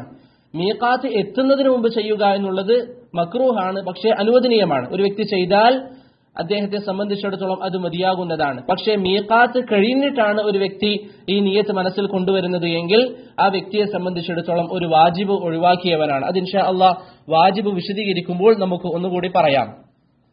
അപ്പോൾ ഹജ്ജിന്റെ ഒന്നാമത്തെ റുക്ൻ എന്താണ്? ഇഹ്റാമാണ്. അഥവാ മനസ്സിൽ ഹജ്ജ് അല്ലെങ്കിൽ ഉംറയ്ക്ക് വേണ്ടി നമ്മൾ പോകുന്നു എന്ന് തീരുമാനിക്കൽ. അത് പണ്ഡിതന്മാർ ആ ഒരു രൂപത്തിൽ തർത്തീബായി പറഞ്ഞതുകൊണ്ട് മാത്രം പറയുന്നു. അതല്ല എങ്കിൽ ഏതൊരു വ്യക്തിയും ഹജ്ജിന് പോകുമ്പോഴും ഉംറയ്ക്ക് പോകുമ്പോഴും അദ്ദേഹത്തിന്റെ മനസ്സിലുണ്ടാകും, ഞാൻ ഹജ്ജിനാണ് പോകുന്നത്, ഞാൻ ഉംറക്കാണ് പോകുന്നത്, അത് മതിയായതാണ്. ഹജ്ജിന്റെ രണ്ടാമത്തെ നിബന്ധന എന്നുള്ളത് അറഫയിൽ നിൽക്കലാണ്. ഹജ്ജിന്റെ രണ്ടാമത്തെ റുക്ന് അറഫയിൽ നിൽക്കലാണ്. നബി സല്ലല്ലാഹു അലൈഹി വസല്ലമ തങ്ങൾ പറഞ്ഞതായി അബ്ദുറഹ്മാൻ ഇബ്നു യഅ്മുർ റളിയല്ലാഹു അൻഹുവിന്റെ ഹദീസിൽ ഇമാം തിർമിദിയും ഇബ്നു മാജയും ഒക്കെ ഉദ്ധരിക്കുന്നതായി കാണാം. അൽ ഹജ്ജു അറഫ, ഹജ്ജ് എന്ന് പറഞ്ഞാൽ അത് അറഫയാണ്. ഹജ്ജ് എന്ന് പറഞ്ഞാൽ അത് അറഫയാണ്. എന്ന് പറഞ്ഞാൽ ഹജ്ജിലെ വളരെ പ്രധാനപ്പെട്ട ഒരു കർമ്മമാണ് അറഫയിൽ നിൽക്കുക എന്നുള്ളത്. അത് ഹജ്ജിന്റെ റുക്നാണ് എന്ന് ഇമാം ഇബ്നു അബ്ദുൽ ബർ റഹിമഹുല്ലാ ഇജ്മാഅ ഉദ്ധരിച്ചിട്ടുണ്ട്. ഹജ്ജിന്റെ മൂന്നാമത്തെ റുക്ൻ തവാഫുൽ ഇഫാദയാണ്. ഹജ്ജിന്റെ മൂന്നാമത്തെ റുക്ൻ തവാഫുൽ ഇഫാദയാണ്. അല്ലാഹു സുബ്ഹാനഹു വ തആല സൂറത്തുൽ ഹജ്ജിലെ 29-ാം വചനത്തിൽ പറഞ്ഞു, വല്യതവഫു ബിൽ ബൈത്തിൽ അതീഖ, വല്യതവഫു ബിൽ ബൈത്തിൽ അതീഖ്, അവർ കഅബാലയത്തിന് ചുറ്റും തവാഫ് ചെയ്യട്ടെ എന്ന് അല്ലാഹു സുബ്ഹാനഹു വ തആല കൽപ്പിച്ചു. മുഫസ്സിരീങ്ങൾ പറയുന്നു, ഇവിടെ അല്ലാഹു കൽപ്പിച്ചതിന്റെ ഉദ്ദേശം തവാഫുൽ ഇഫാദയാണ്. ഇവിടെ അല്ലാഹു കൽപ്പിച്ചതിന്റെ ഉദ്ദേശം തവാഫുൽ ഇഫാദയാണ്. അതാണ് ഹജ്ജിന്റെ തവാഫ് എന്ന് പറയുന്നത്. തവാഫുൽ ഇഫാദയെ സംബന്ധിച്ചിടത്തോളം അതിന് പണ്ഡിതന്മാർ പല പേരുകൾ പറയാറുണ്ട്. അതിൽപ്പെട്ടതാണ് തവാഫുർ റുക്ൻ, അതുപോലെ തന്നെ തവാഫു അൽ ഹജ്ജ്, അതുപോലെ തന്നെ തവാഫുൽ ഫർദ്, അതുപോലെ തന്നെ ചില പണ്ഡിതന്മാർ തവാഫു സദർ എന്നിങ്ങനെ വ്യത്യസ്ത പേരുകൾ പണ്ഡിതന്മാർ തവാഫിന് പറയാറുണ്ട്, അല്ലെങ്കിൽ തവാഫുൽ ഇഫാദക്ക് പറയാറുണ്ട്. മാത്രമല്ല തവാഫുൽ ഇഫാദ ഹജ്ജിന്റെ റുക്നാണ് എന്ന് ഇമാം ഇബ്നു ഹസ്ം റഹിമഹുല്ലാ ഇജ്മാഅ് ഉദ്ധരിച്ചിട്ടുണ്ട്. ഇമാം ഇബ്നു ഹസ്ം റഹിമഹുല്ലാ ഇജ്മാഅ് ഉദ്ധരിച്ചിട്ടുണ്ട്. ഹജ്ജിന്റെ നാലാമത്തെ റുക്ന് എന്നുള്ളത് സഹോദരങ്ങളെ സഈ ആണ്. സഫ മർവക്കിടയിൽ സഈ ചെയ്യലാണ് ഹജ്ജിന്റെ നാലാമത്തെ റുക്ൻ. അത് റുക്നാണെന്നുള്ളതിന്റെ തെളിവെന്താണ്? റസൂൽ സല്ലല്ലാഹു അലൈഹി വസല്ലമ തങ്ങൾ പറഞ്ഞു, മാ അതമ്മല്ലാഹു ഹജ്ജ ഇംറിഇൻ ലം യതുഫ് ബൈന സഫ വൽ മർവ. സഫ മർവക്കിടയിൽ സഈ ചെയ്യാത്ത ഒരു വ്യക്തിയുടെ ഹജ്ജ് പൂർണ്ണമല്ല എന്ന് നബി സല്ലല്ലാഹു അലൈഹി വസല്ലമ തങ്ങൾ പറഞ്ഞതായി ഇമാം ബുഖാരിയും മുസ്ലിമും ഉദ്ധരിക്കുന്ന ഹദീസിൽ സ്ഥിരപ്പെട്ട് വന്നിട്ടുണ്ട്. എന്നാൽ ഹനഫി മദ്ഹബിലെ വീക്ഷണം അനുസരിച്ച് സഈ എന്നുള്ളത് വാജിബാണ്. ഹനഫി മദ്ഹബിന്റെ വീക്ഷണം അനുസരിച്ച് ഹജ്ജിന്റെ സഈ വാജിബാണ്. പക്ഷേ ഏറ്റവും ശരിയായ അഭിപ്രായം ഹജ്ജിന്റെ സഈ അത് റുക്നാണ്. അതാണ് ഭൂരിപക്ഷം ഉലമാക്കളുടെ അഭിപ്രായം. ഇമാം അഹ്മദ്, ഇമാം ഷാഫിഈ, ഇമാം മാലിക് റഹിമഹുമുല്ലാ ഈ പറയുന്ന പണ്ഡിതന്മാരുടെയൊക്കെ അഭിപ്രായം അതാണ്. അപ്പോൾ ഈ 4 കാര്യങ്ങളാണ് ഹജ്ജിന്റെ അർക്കാനുകൾ. ഒന്നാമത്തേത് ഇഹ്റാം, രണ്ടാമത്തേത് അൽ വുഖൂഫ് ബി അറഫ, അറഫയിൽ നിൽക്കൽ, മൂന്നാമത്തേത് തവാഫുൽ ഇഫാദ, നാലാമത്തേത് സഈ. ഈ 4 കാര്യങ്ങളാണ് ഹജ്ജിന്റെ അർക്കാനുകൾ എന്ന് പണ്ഡിതന്മാർ പറയുന്നതായി നമുക്ക് കാണാൻ സാധിക്കും. അടുത്തത് സഹോദരങ്ങളെ ഹജ്ജിന്റെ വാജിബായ കാര്യങ്ങളാണ്. ഹജ്ജിന്റെ വാജിബായ കാര്യം. അതിനു മുമ്പായി ഒരു വിഷയം സൂചിപ്പിക്കാനുള്ളത്, ഈ ഹജ്ജിന്റെ അർക്കാനുകളിൽ ഏറ്റവും അധികം നാം ശ്രദ്ധിക്കേണ്ടത് എന്താണ്? അറഫയാണ്. ഹജ്ജിന്റെ അർക്കാനുകളിൽ ഏറ്റവും അധികം നാം ശ്രദ്ധിക്കേണ്ടത് അറഫയാണ്. കാരണം ഇഹ്റാം, ഞാൻ നേരത്തെ പറഞ്ഞതുപോലെ ഹജ്ജിന് പോകുന്ന അല്ലെങ്കിൽ ഉംറക്ക് പോകുന്ന ഏതൊരു വ്യക്തിയുടെ മനസ്സിൽ ഇഹ്റാം എന്തായാലും ഉണ്ടാകും. അറഫയെ സംബന്ധിച്ചിടത്തോളം അത് ആ ഒരു ദിവസം മാത്രമാണ് നമുക്ക് അവസരമുള്ളൂ. ആ ഒരു ദിവസം ഒരാൾ അറഫയിൽ നിന്നില്ല എങ്കിൽ, ദുൽഹിജ്ജ 9 അറഫയിൽ നിന്നില്ല എങ്കിൽ അവന്റെ ഹജ്ജ് ബാത്തിലായി. നേരെ മറിച്ച് തവാഫുൽ ഇഫാദയും സഈയും ചെയ്യാൻ അവന് വിശാലമായ സമയമുണ്ട്. ദുൽഹിജ്ജ 10 ചെയ്യാം, പറ്റിയില്ലെങ്കിൽ 11, 12, 13, ദുൽഹിജ്ജ അവസാനം വരെ. അങ്ങനെ വ്യത്യസ്ത സാഹചര്യങ്ങളുണ്ട്. അത് ഇൻഷാ അല്ലാഹ് വരുന്ന ദർസിൽ ഹജ്ജിന്റെ വിശേഷണങ്ങൾ പറയുമ്പോൾ നമുക്ക് വിശദീകരിക്കാം. അതുകൊണ്ട് അറഫയുമായി ബന്ധപ്പെട്ട മേഖല അല്ലെങ്കിൽ അറഫയിൽ നിൽക്കുന്ന കാര്യം നമ്മുടെ ഓർമ്മയിൽ പ്രത്യേകം ഉണ്ടാകണം. അറഫ, ഹജ്ജിന് പോകുന്ന ആളുകൾ അറഫ ഏതാണെന്ന് ഉറപ്പിച്ച് അവിടെ തന്നെ നിൽക്കാൻ വേണ്ടി പരിശ്രമിക്കണം. ഒരു വ്യക്തി തെറ്റിയിട്ട് നിന്നാലൊന്നും അവന്റെ അറഫ ശരിയാവുകയില്ല. അതുകൊണ്ട് അറഫയിൽ തന്നെ നിൽക്കുക.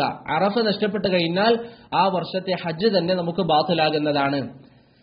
ഇനി സഹോദരങ്ങളെ, രണ്ടാമതായ വിഷയം ഹജ്ജിന്റെ വാജിബാത്തുകളെ കുറിച്ചാണ്. ഹജ്ജിന്റെ വാജിബാത്തുകളെ കുറിച്ചാണ്. ഹജ്ജിന്റെ വാജിബായ കാര്യങ്ങൾ ഞാൻ നേരത്തെ പറഞ്ഞതുപോലെ ഏതെങ്കിലും ഒരു വ്യക്തി അത് ഒഴിവാക്കുകയാണ് എങ്കിൽ, അല്ലെങ്കിൽ എന്തെങ്കിലും ഒരു കാരണം കൊണ്ട് ഒഴിവാക്കിപ്പോയാൽ അദ്ദേഹത്തെ സംബന്ധിച്ചിടത്തോളം അതിന് പകരം ഫിദിയ കൊടുത്താൽ ഹജ്ജ് സഹീഹാകുന്നതാണ്. അതിന് പകരം ഫിദിയ കൊടുത്താൽ അത് മതിയാകുന്നതാണ്. ഇവിടെ മനസ്സിലാക്കേണ്ട ഒരു പ്രധാനപ്പെട്ട വിഷയം, ഇവിടെ പറയാൻ പോകുന്ന വാജിബായ കാര്യങ്ങൾ ഒരു വ്യക്തിയെ സംബന്ധിച്ചിടത്തോളം അദ്ദേഹത്തിന് വ്യക്തിപരമായ ഒരു കാരണം കൊണ്ടാണ് ഒരു വാജിബ് ഒഴിവാക്കുന്നത് എന്ന് സങ്കല്പിക്കുക. ഉദാഹരണത്തിന്, ഒരു വ്യക്തിക്ക് തലയിൽ എന്തെങ്കിലും ഒരു പ്രശ്നമുണ്ട്, അതുകൊണ്ട് അദ്ദേഹത്തിന് മുടി മുറിച്ചേ പറ്റൂ. അദ്ദേഹത്തെ സംബന്ധിച്ചിടത്തോളം മിനയിൽ താമസിക്കാൻ പറ്റിയിട്ടില്ല. ഹജ്ജിന്റെ വാജിബ് ഇൻഷാ അല്ലാഹ് തുടർന്ന് നമ്മൾ പറയും. അതിലൊരു വാജിബായ മിനയിൽ രാപ്പാർക്കാൻ ഒരു വ്യക്തിക്ക് പറ്റിയിട്ടില്ല. അദ്ദേഹത്തിന് വ്യക്തിപരമായ ഒരു വിഷയമാണ്. അങ്ങനെയാണെങ്കിൽ അദ്ദേഹത്തെ സംബന്ധിച്ചിടത്തോളം അതിൽ ഫിദിയ കൊടുക്കണം. ഇനി ഒരു വ്യക്തി മനഃപൂർവ്വമാണ് ഒഴിവാക്കുന്നത്, അങ്ങനെയാണ് എങ്കിലും അതിന് ഫിദിയ കൊടുക്കണം. പക്ഷേ ഒരു വ്യക്തി ഹജ്ജിന്റെ ഏതെങ്കിലും ഒരു വാജിബ് ഒഴിവാക്കുന്നത് പൊതു ആവശ്യങ്ങൾ പരിഗണിച്ചുകൊണ്ടാണ്. അങ്ങനെയാണ് എങ്കിൽ ഏറ്റവും ശരിയായ അഭിപ്രായം അനുസരിച്ച് അദ്ദേഹത്തെ സംബന്ധിച്ചിടത്തോളം ഫിദിയ കൊടുക്കേണ്ടതില്ല. എന്തുകൊണ്ടാണ്? അല്ലെങ്കിൽ ഒരു ഉദാഹരണം പറയാം. ഒരു പട്ടാളക്കാരൻ അല്ലെങ്കിൽ ഹജ്ജിന് വേണ്ടി വന്ന ആ രൂപത്തിലുള്ള ഗവൺമെന്റ് ഉദ്യോഗസ്ഥന്മാരിൽ ആരെങ്കിലും, പട്ടാളക്കാരനോ അല്ലെങ്കിൽ ഫയർഫോഴ്സിൽ ജോലി ചെയ്യുന്ന ആളുകളോ അങ്ങനെ ഏതെങ്കിലും ഒരു വ്യക്തി ഹജ്ജിന് വന്നു എന്ന് സങ്കല്പിക്കുക. അദ്ദേഹം അറഫയിൽ നിന്ന് മുസ്ദലിഫയിലേക്ക് പോകാൻ ഒരുങ്ങുമ്പോൾ അവിടെ ഒരു തീപിടുത്തം അദ്ദേഹം കണ്ടു എന്ന് സങ്കല്പിക്കുക. അദ്ദേഹം പൊതുജനങ്ങളുടെ മസ്ലഹത്ത് പരിഗണിച്ചുകൊണ്ട് അത് കെടുത്താൻ വേണ്ടി അവിടേക്ക് പോയി. പിറ്റേ ദിവസം ഫജ്ർ വരെ അദ്ദേഹത്തിന് അവിടെ നിന്ന് മാറി നിൽക്കാൻ സാധിച്ചിട്ടില്ല എന്ന് പറഞ്ഞാൽ മുസ്ദലിഫയിൽ രാപ്പാർക്കുക എന്നൊരു വാജിബ് അദ്ദേഹത്തിന് നഷ്ടപ്പെട്ടു. ഇങ്ങനെ ഒരു സാഹചര്യത്തിൽ അദ്ദേഹത്തെ സംബന്ധിച്ചിടത്തോളം ഫിദിയ നൽകേണ്ടതില്ല. കാരണം അദ്ദേഹം വാജിബ് ഒഴിവാക്കിയത് പൊതുജനങ്ങളുടെ മസ്ലഹത്ത് പരിഗണിച്ചുകൊണ്ടാണ്. എന്താണ് ഇതിന് തെളിവ്? മഹാനായ അബ്ബാസ് റളിയല്ലാഹു അൻഹുവിന് ഹാജിമാർക്ക് വെള്ളം കൊടുക്കാനുള്ള ആവശ്യാർത്ഥം നബി സല്ലല്ലാഹു അലൈഹി വസല്ലം മിനയിൽ താമസിക്കുന്നതിന് ഇളവ് നൽകിയിട്ടുണ്ട്. മഹാനായ അബ്ബാസ് റളിയല്ലാഹു അൻഹുവിന് റസൂൽ സല്ലല്ലാഹു അലൈഹി വസല്ലമ തങ്ങൾ മിനയിൽ താമസിക്കുന്നതിനെ തൊട്ട് ഇളവ് നൽകിയിട്ടുണ്ട്. എന്തായിരുന്നു കാരണം? ഹാജിമാർക്ക് വെള്ളം നൽകാൻ. അപ്പോൾ പൊതു ആവശ്യങ്ങൾക്ക് വേണ്ടിയാണ് ഒരു വ്യക്തി വാജിബ് ഒഴിവാക്കുന്നത് എങ്കിൽ അദ്ദേഹത്തെ സംബന്ധിച്ചിടത്തോളം ഫിദിയയില്ല. അതുപോലെ തന്നെ ഒരു വ്യക്തി മനഃപൂർവ്വമല്ല, അതുപോലെ തന്നെ തന്റേതായ ഒരു കാരണം കൊണ്ടല്ല, അങ്ങനെ ഒരു വ്യക്തിക്ക് ഒരു വാജിബ് ഒഴിവാക്കേണ്ടി വന്നു. ഉദാഹരണത്തിന് ഒരു വ്യക്തി അറഫയിൽ നിന്നു എന്ന് സങ്കല്പിക്കുക. അറഫയിൽ നിന്ന് അദ്ദേഹം മുസ്ദലിഫയിലേക്ക് പോകാൻ വേണ്ടി ഇറങ്ങി. നമുക്കറിയാം അറഫയും മുസ്ദലിഫയും കുറച്ച് പോകാനുണ്ട്. അങ്ങനെ അദ്ദേഹം ഇറങ്ങിയെങ്കിലും അദ്ദേഹത്തിന്റെ വഴിയിൽ അദ്ദേഹത്തിന് റഷ് കാരണത്താൽ, അവിടെ തിക്കും തിരക്കുമായ കാരണത്താൽ വാഹനം നീങ്ങിയിട്ടില്ല. അദ്ദേഹത്തിന് സ്വന്തമായി പോകാൻ സാധിച്ചതുമില്ല. അദ്ദേഹം വാഹനത്തിൽ തന്നെ ഇരുന്നു. അദ്ദേഹത്തിന് മുസ്ദലിഫയിൽ എത്താൻ പറ്റിയിട്ടില്ല. പിറ്റേ ദിവസം ഫജ്ർ ബാങ്ക് കൊടുക്കുമ്പോഴാണ് ആ തിരക്കിൽ നിന്ന് അദ്ദേഹം ഒഴിവായത്. അങ്ങനെയാണ് എങ്കിൽ അദ്ദേഹത്തെ സംബന്ധിച്ചിടത്തോളം അവിടെ ഒരു വാജിബ് നഷ്ടപ്പെട്ടു. പക്ഷേ അദ്ദേഹത്തിന്റെ കാരണമല്ല, മനഃപൂർവ്വമല്ല. അങ്ങനെയുള്ള സാഹചര്യങ്ങളിലും ഫിദിയ നൽകേണ്ടതില്ല എന്ന് പണ്ഡിതന്മാർ വിശദീകരിക്കുന്നതായി നമുക്ക് കാണാൻ സാധിക്കുന്നതാണ്. തയ്യിബ്, ഇനി നമുക്ക് ഹജ്ജിന്റെ വാജിബാത്തുകൾ ഏതൊക്കെയാണ് എന്ന് പറയാം. ഒന്നാമത്തെ വാജിബ് അൽ ഇഹ്റാമു മിനൽ മീഖാത്ത്, മീഖാത്തിൽ വെച്ച് ഇഹ്റാം ചെയ്യുക എന്നുള്ളതാണ്. നേരത്തെ നമ്മൾ പറഞ്ഞു ഹജ്ജിന്റെ റുക്നാണ് നമ്മുടെ മനസ്സിൽ നാം ഇഹ്റാം അല്ലെങ്കിൽ ഇതാ ഹജ്ജിലേക്ക് പ്രവേശിക്കുന്നു എന്ന് കരുതൽ. അത് മീഖാത്തിൽ വെച്ച് സംഭവിക്കുക എന്നുള്ളത് ഹജ്ജിന്റെ വാജിബാണ്. അത് മീഖാത്തിൽ വെച്ച് സംഭവിക്കുക എന്നുള്ളത് ഹജ്ജിന്റെ വാജിബാണ്.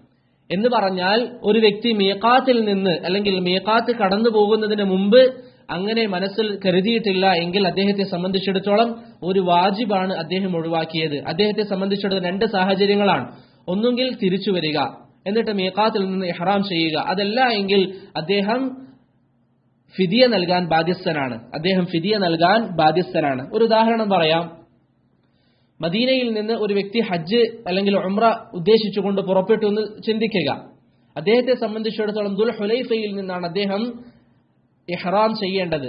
അതാണ് അവരുടെ മീഖാത്ത്. പക്ഷേ അദ്ദേഹം കാറിൽ കയറിയ ഉടൻ ഉറങ്ങിപ്പോയി. അദ്ദേഹം കരുതി ദുൽ ഹുലൈഫയിലെത്തി ചെയ്യാം. കാറിൽ കയറിയ ഉടൻ അദ്ദേഹം ഉറങ്ങിപ്പോയി. അങ്ങനെ മീഖാത്തൊക്കെ കടന്ന് ഏകദേശം ഒരു 10-50 കിലോമീറ്റർ കഴിഞ്ഞപ്പോഴാണ് അദ്ദേഹം ഉണരുന്നത്.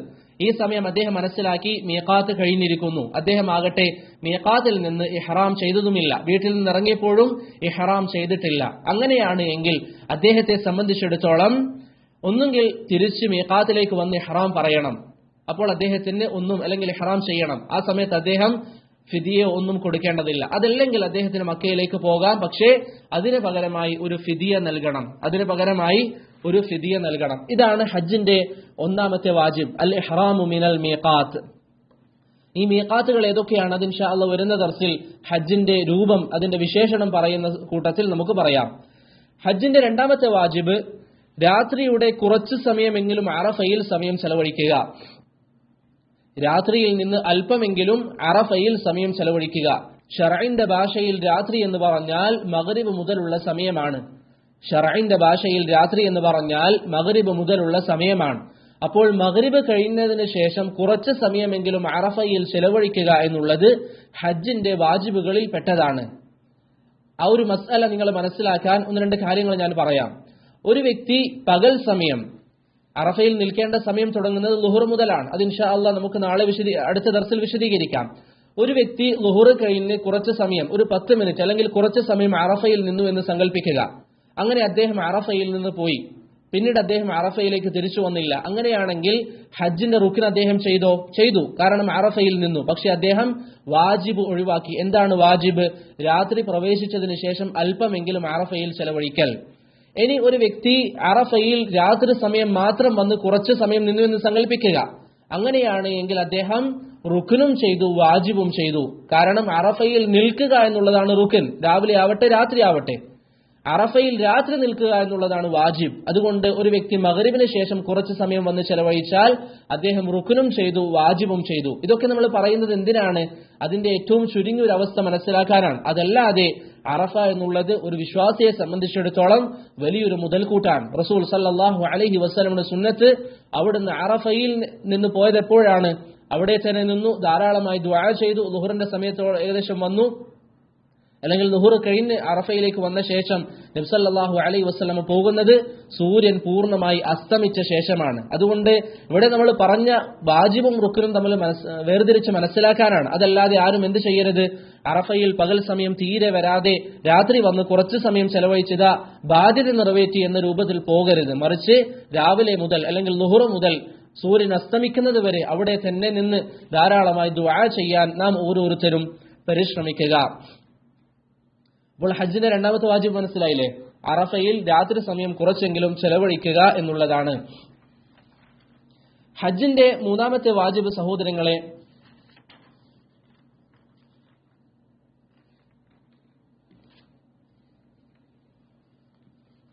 ഹജ്ജിന്റെ മൂന്നാമത്തെ വാജിബ് പണ്ഡിതന്മാർ പറയുന്നതായി നമുക്ക് കാണാം.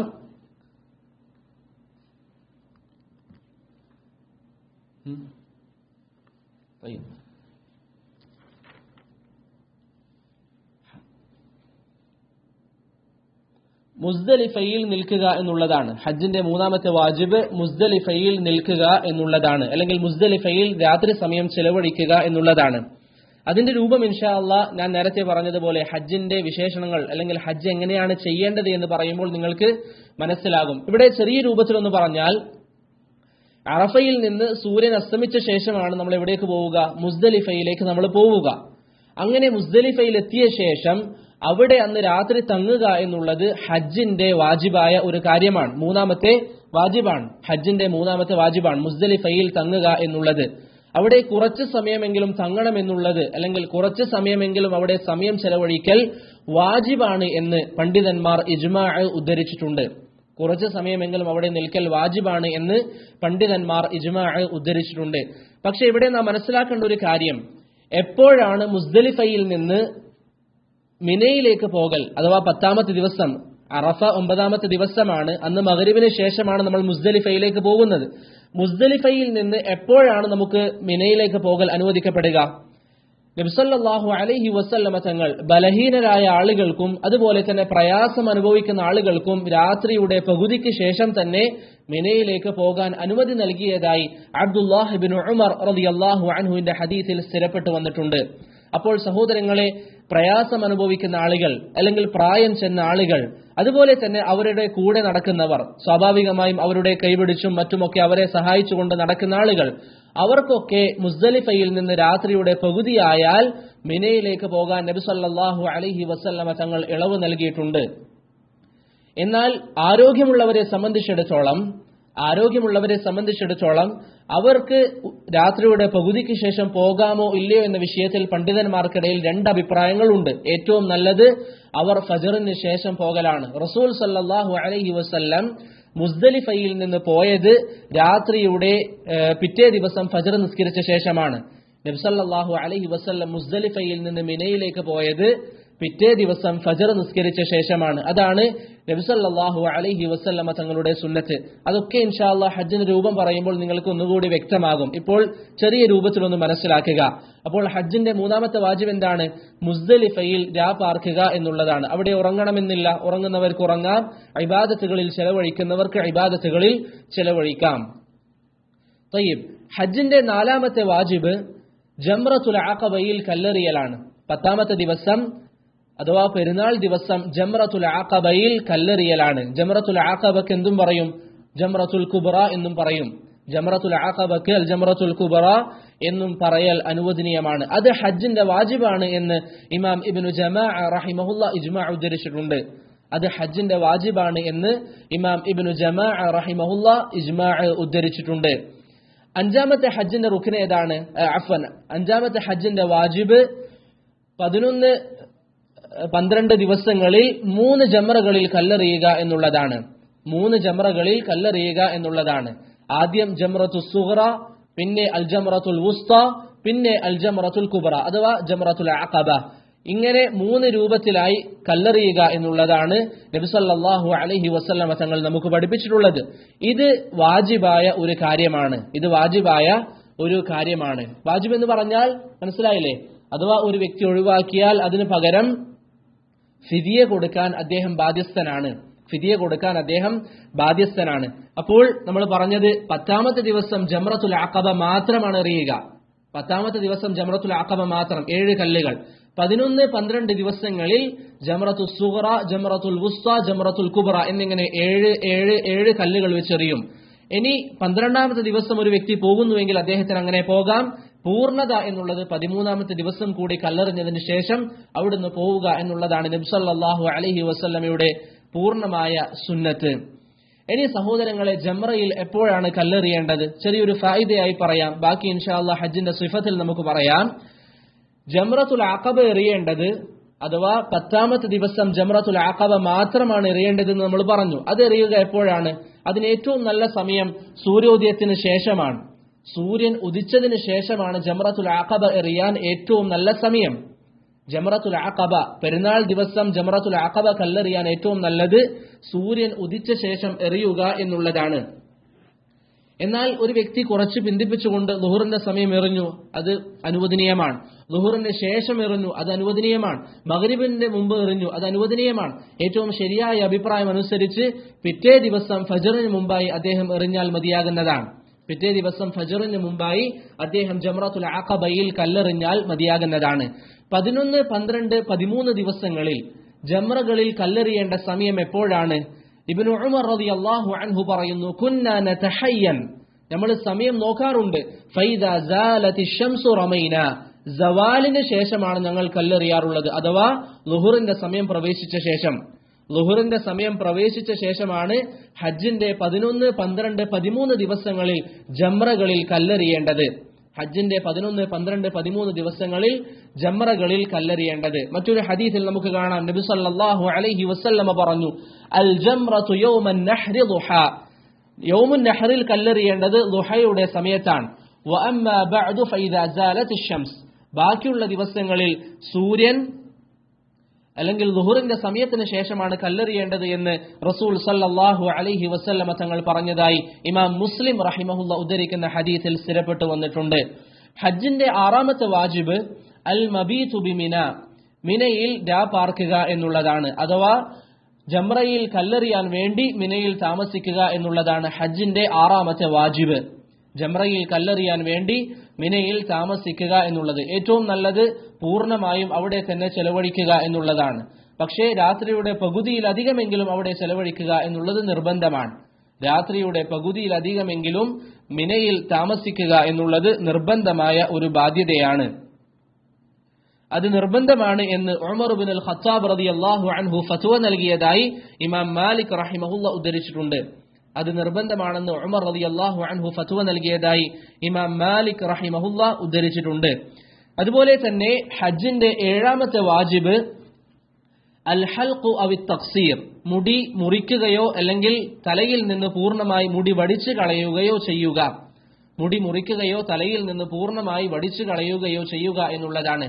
സഹോദരങ്ങളെ, ബാറക്കല്ലാഹു ഫീക്കും, ഏറ്റവും അഫ്ളലായിട്ടുള്ളത് തല വടിക്കലാണ്. മുടി പൂർണ്ണമായി നീക്കം ചെയ്ത് തല വടിക്കലാണ് ഏറ്റവും അഫ്ളലായിട്ടുള്ളത്. കാരണം ഇമാം ബുഖാരി ഒക്കെ ഉദ്ധരിക്കുന്ന ഹദീസിൽ റസൂൽ സല്ലല്ലാഹു അലൈഹി വസല്ലമ തങ്ങൾ പറഞ്ഞതായി കാണാം, അല്ലാഹുമ്മഗ്ഫിർ ലിൽ മുഹല്ലിഖീൻ, അല്ലാഹുവേ തല വടിച്ച ആളുകൾക്ക് നീ മഗ്ഫിറത്ത് നൽകണേ എന്ന് നബി സല്ലല്ലാഹു അലൈഹി വസല്ലമ തങ്ങൾ ദുആ ചെയ്തു. സഹാബികൾ പറഞ്ഞു, പ്രവാചകരെ മുടി മുറിച്ചവർക്കും വേണ്ടി ദുആ ചെയ്യണം. വീണ്ടും പ്രവാചകൻ തല വടിച്ചവർക്ക് വേണ്ടി ദുആ ചെയ്തു. വീണ്ടും സഹാബികൾ ആവശ്യപ്പെട്ടു. 3 തവണ നബി സല്ലല്ലാഹു അലൈഹി വസല്ലമ തങ്ങൾ തല വടിച്ചവർക്ക് വേണ്ടി ദുആ ചെയ്യുകയും 4ാമത്തെ തവണ നബി സല്ലല്ലാഹു അലൈഹി വസല്ലം പറഞ്ഞു, വഗ്ഫിർ ലിൽ മുഖസ്സിരീൻ, മുടി മുറിച്ചവർക്കും എന്ന് നബി സല്ലല്ലാഹു അലൈഹി വസല്ലമ തങ്ങൾ പറഞ്ഞു. അതുകൊണ്ട് ഏറ്റവും അഫ്ളൽ എന്താണ്? തല വടിക്കുക എന്നുള്ളതാണ്. മാത്രമല്ല നബി സല്ലല്ലാഹു അലൈഹി വസല്ലമ തങ്ങൾ പറഞ്ഞു, അമ്മാ ഹൽഖുക റഅസക ഫഇന്ന ലക ബികുല്ലി ശഅറത്തിൻ തസ്ഖുതു ഹസന, തല വടിക്കുക എന്നുള്ളത് അതിൽ നിന്ന് വീഴുന്ന ഓരോരോ മുടിക്കും അനുസരിച്ച് അല്ലാഹു സുബ്ഹാനഹു വ തആല നിനക്കൊരു പ്രതിഫലം നൽകുമെന്ന് നബി സല്ലല്ലാഹു അലൈഹി വസല്ലം പറഞ്ഞതായി ഇമാം തബറാനി റഹിമഹുല്ലാഹ് അദ്ദേഹത്തിന്റെ അൽ മുഅ്ജമുൽ കബീറിൽ ഇബ്നു ഉമർ റളിയല്ലാഹു അൻഹുവിൽ നിന്ന് ഉദ്ധരിക്കുന്ന ഹദീസിൽ സ്ഥിരപ്പെട്ടു വന്നിട്ടുണ്ട്. അത് മുടി മുറിച്ചവർക്ക് ലഭിക്കുകയില്ല. ഓരോരോ മുടി വീഴുന്നതനുസരിച്ച് അതിന് ഒരു നന്മ രേഖപ്പെടുത്തുമെന്ന് റസൂൽ സല്ലല്ലാഹു അലൈഹി വസല്ലമ തങ്ങൾ പറഞ്ഞു. എന്നാൽ പണ്ഡിതന്മാർ ഒരൊറ്റ സാഹചര്യത്തിൽ മാത്രമാണ് ഉംറക്കാരെ സംബന്ധിച്ചിടത്തോളം മുടി മുറിക്കലാണ് അഫ്ളൽ എന്ന് പറയുന്നത്. അതേതാണ് സാഹചര്യം? ഒരു വ്യക്തി ദുൽഹിജ്ജയുടെ തുടക്കത്തിൽ മുതമത്തി ആയിക്കൊണ്ട് ഉംറക്ക് വന്നു എന്ന് സങ്കല്പിക്കുക, അല്ലെങ്കിൽ മുതമത്തി ആയിക്കൊണ്ട് ഹജ്ജിന് വന്നു. അങ്ങനെയാണെങ്കിൽ അദ്ദേഹം ആദ്യം ഉംറ ചെയ്യും, പിന്നീട് തവാഫ് ചെയ്ത് സഈ ചെയ്ത് മുടി മുറിച്ചതിന് ശേഷമാണ് അദ്ദേഹം തഹല്ലുലാവുക. അങ്ങനെ 8ാമത്തെ ദിവസം അദ്ദേഹം ഹജ്ജിന്റെ കർമ്മങ്ങളിലേക്ക് പ്രവേശിക്കും. ഇവിടെ പണ്ഡിതന്മാർ പറയുന്നു, ഈ വ്യക്തിയെ സംബന്ധിച്ചിടത്തോളം ദുൽഹിജ്ജയുടെ തുടക്കത്തിലാണ് ഹജ്ജ് ചെയ്യുന്നത് എങ്കിൽ അദ്ദേഹം ആ സമയം മുടി വടിച്ചു കളഞ്ഞാൽ അദ്ദേഹത്തിന് ഹജ്ജ് കഴിഞ്ഞാൽ തലയിൽ മുടി ബാക്കിയുണ്ടാവുകയില്ല. അതുകൊണ്ട് പണ്ഡിതന്മാർ പറയുന്നു, അൽ അസ്ഗറു ലിൽ അസ്ഗർ വൽ അക്ബറു ലിൽ അക്ബർ. ചെറിയ കാര്യം അഥവാ മുടി മുറിക്കുക എന്നുള്ളത് ഉംറക്കും, വലിയ കാര്യം തല വടിക്കുക എന്നുള്ളത് ഹജ്ജിനും കൊടുക്കുമെന്ന് പണ്ഡിതന്മാർ പറയുന്നതായി നമുക്ക് കാണാം. ചില ആസാറുകളിൽ അതിലേക്കുള്ള സൂചനയും നമുക്ക് കാണാൻ സാധിക്കുന്നതാണ്. അതാണ് ഹജ്ജിന്റെ 7ാമത്തെ വാജിബ്. ഹജ്ജിന്റെ 8ാമത്തെ വാജിബ് തവാഫുൽ വദാ ആണ്, അഥവാ വിടവാങ്ങൽ തവാഫ് ആണ്. ഇബ്നു അബ്ബാസ് റളിയല്ലാഹു അൻഹു പറഞ്ഞു, ഉമിറ അന്നാസു അൻ യകൂന ആഖിറു അഹ്ദിഹിം ബിൽ ബൈത്ത്.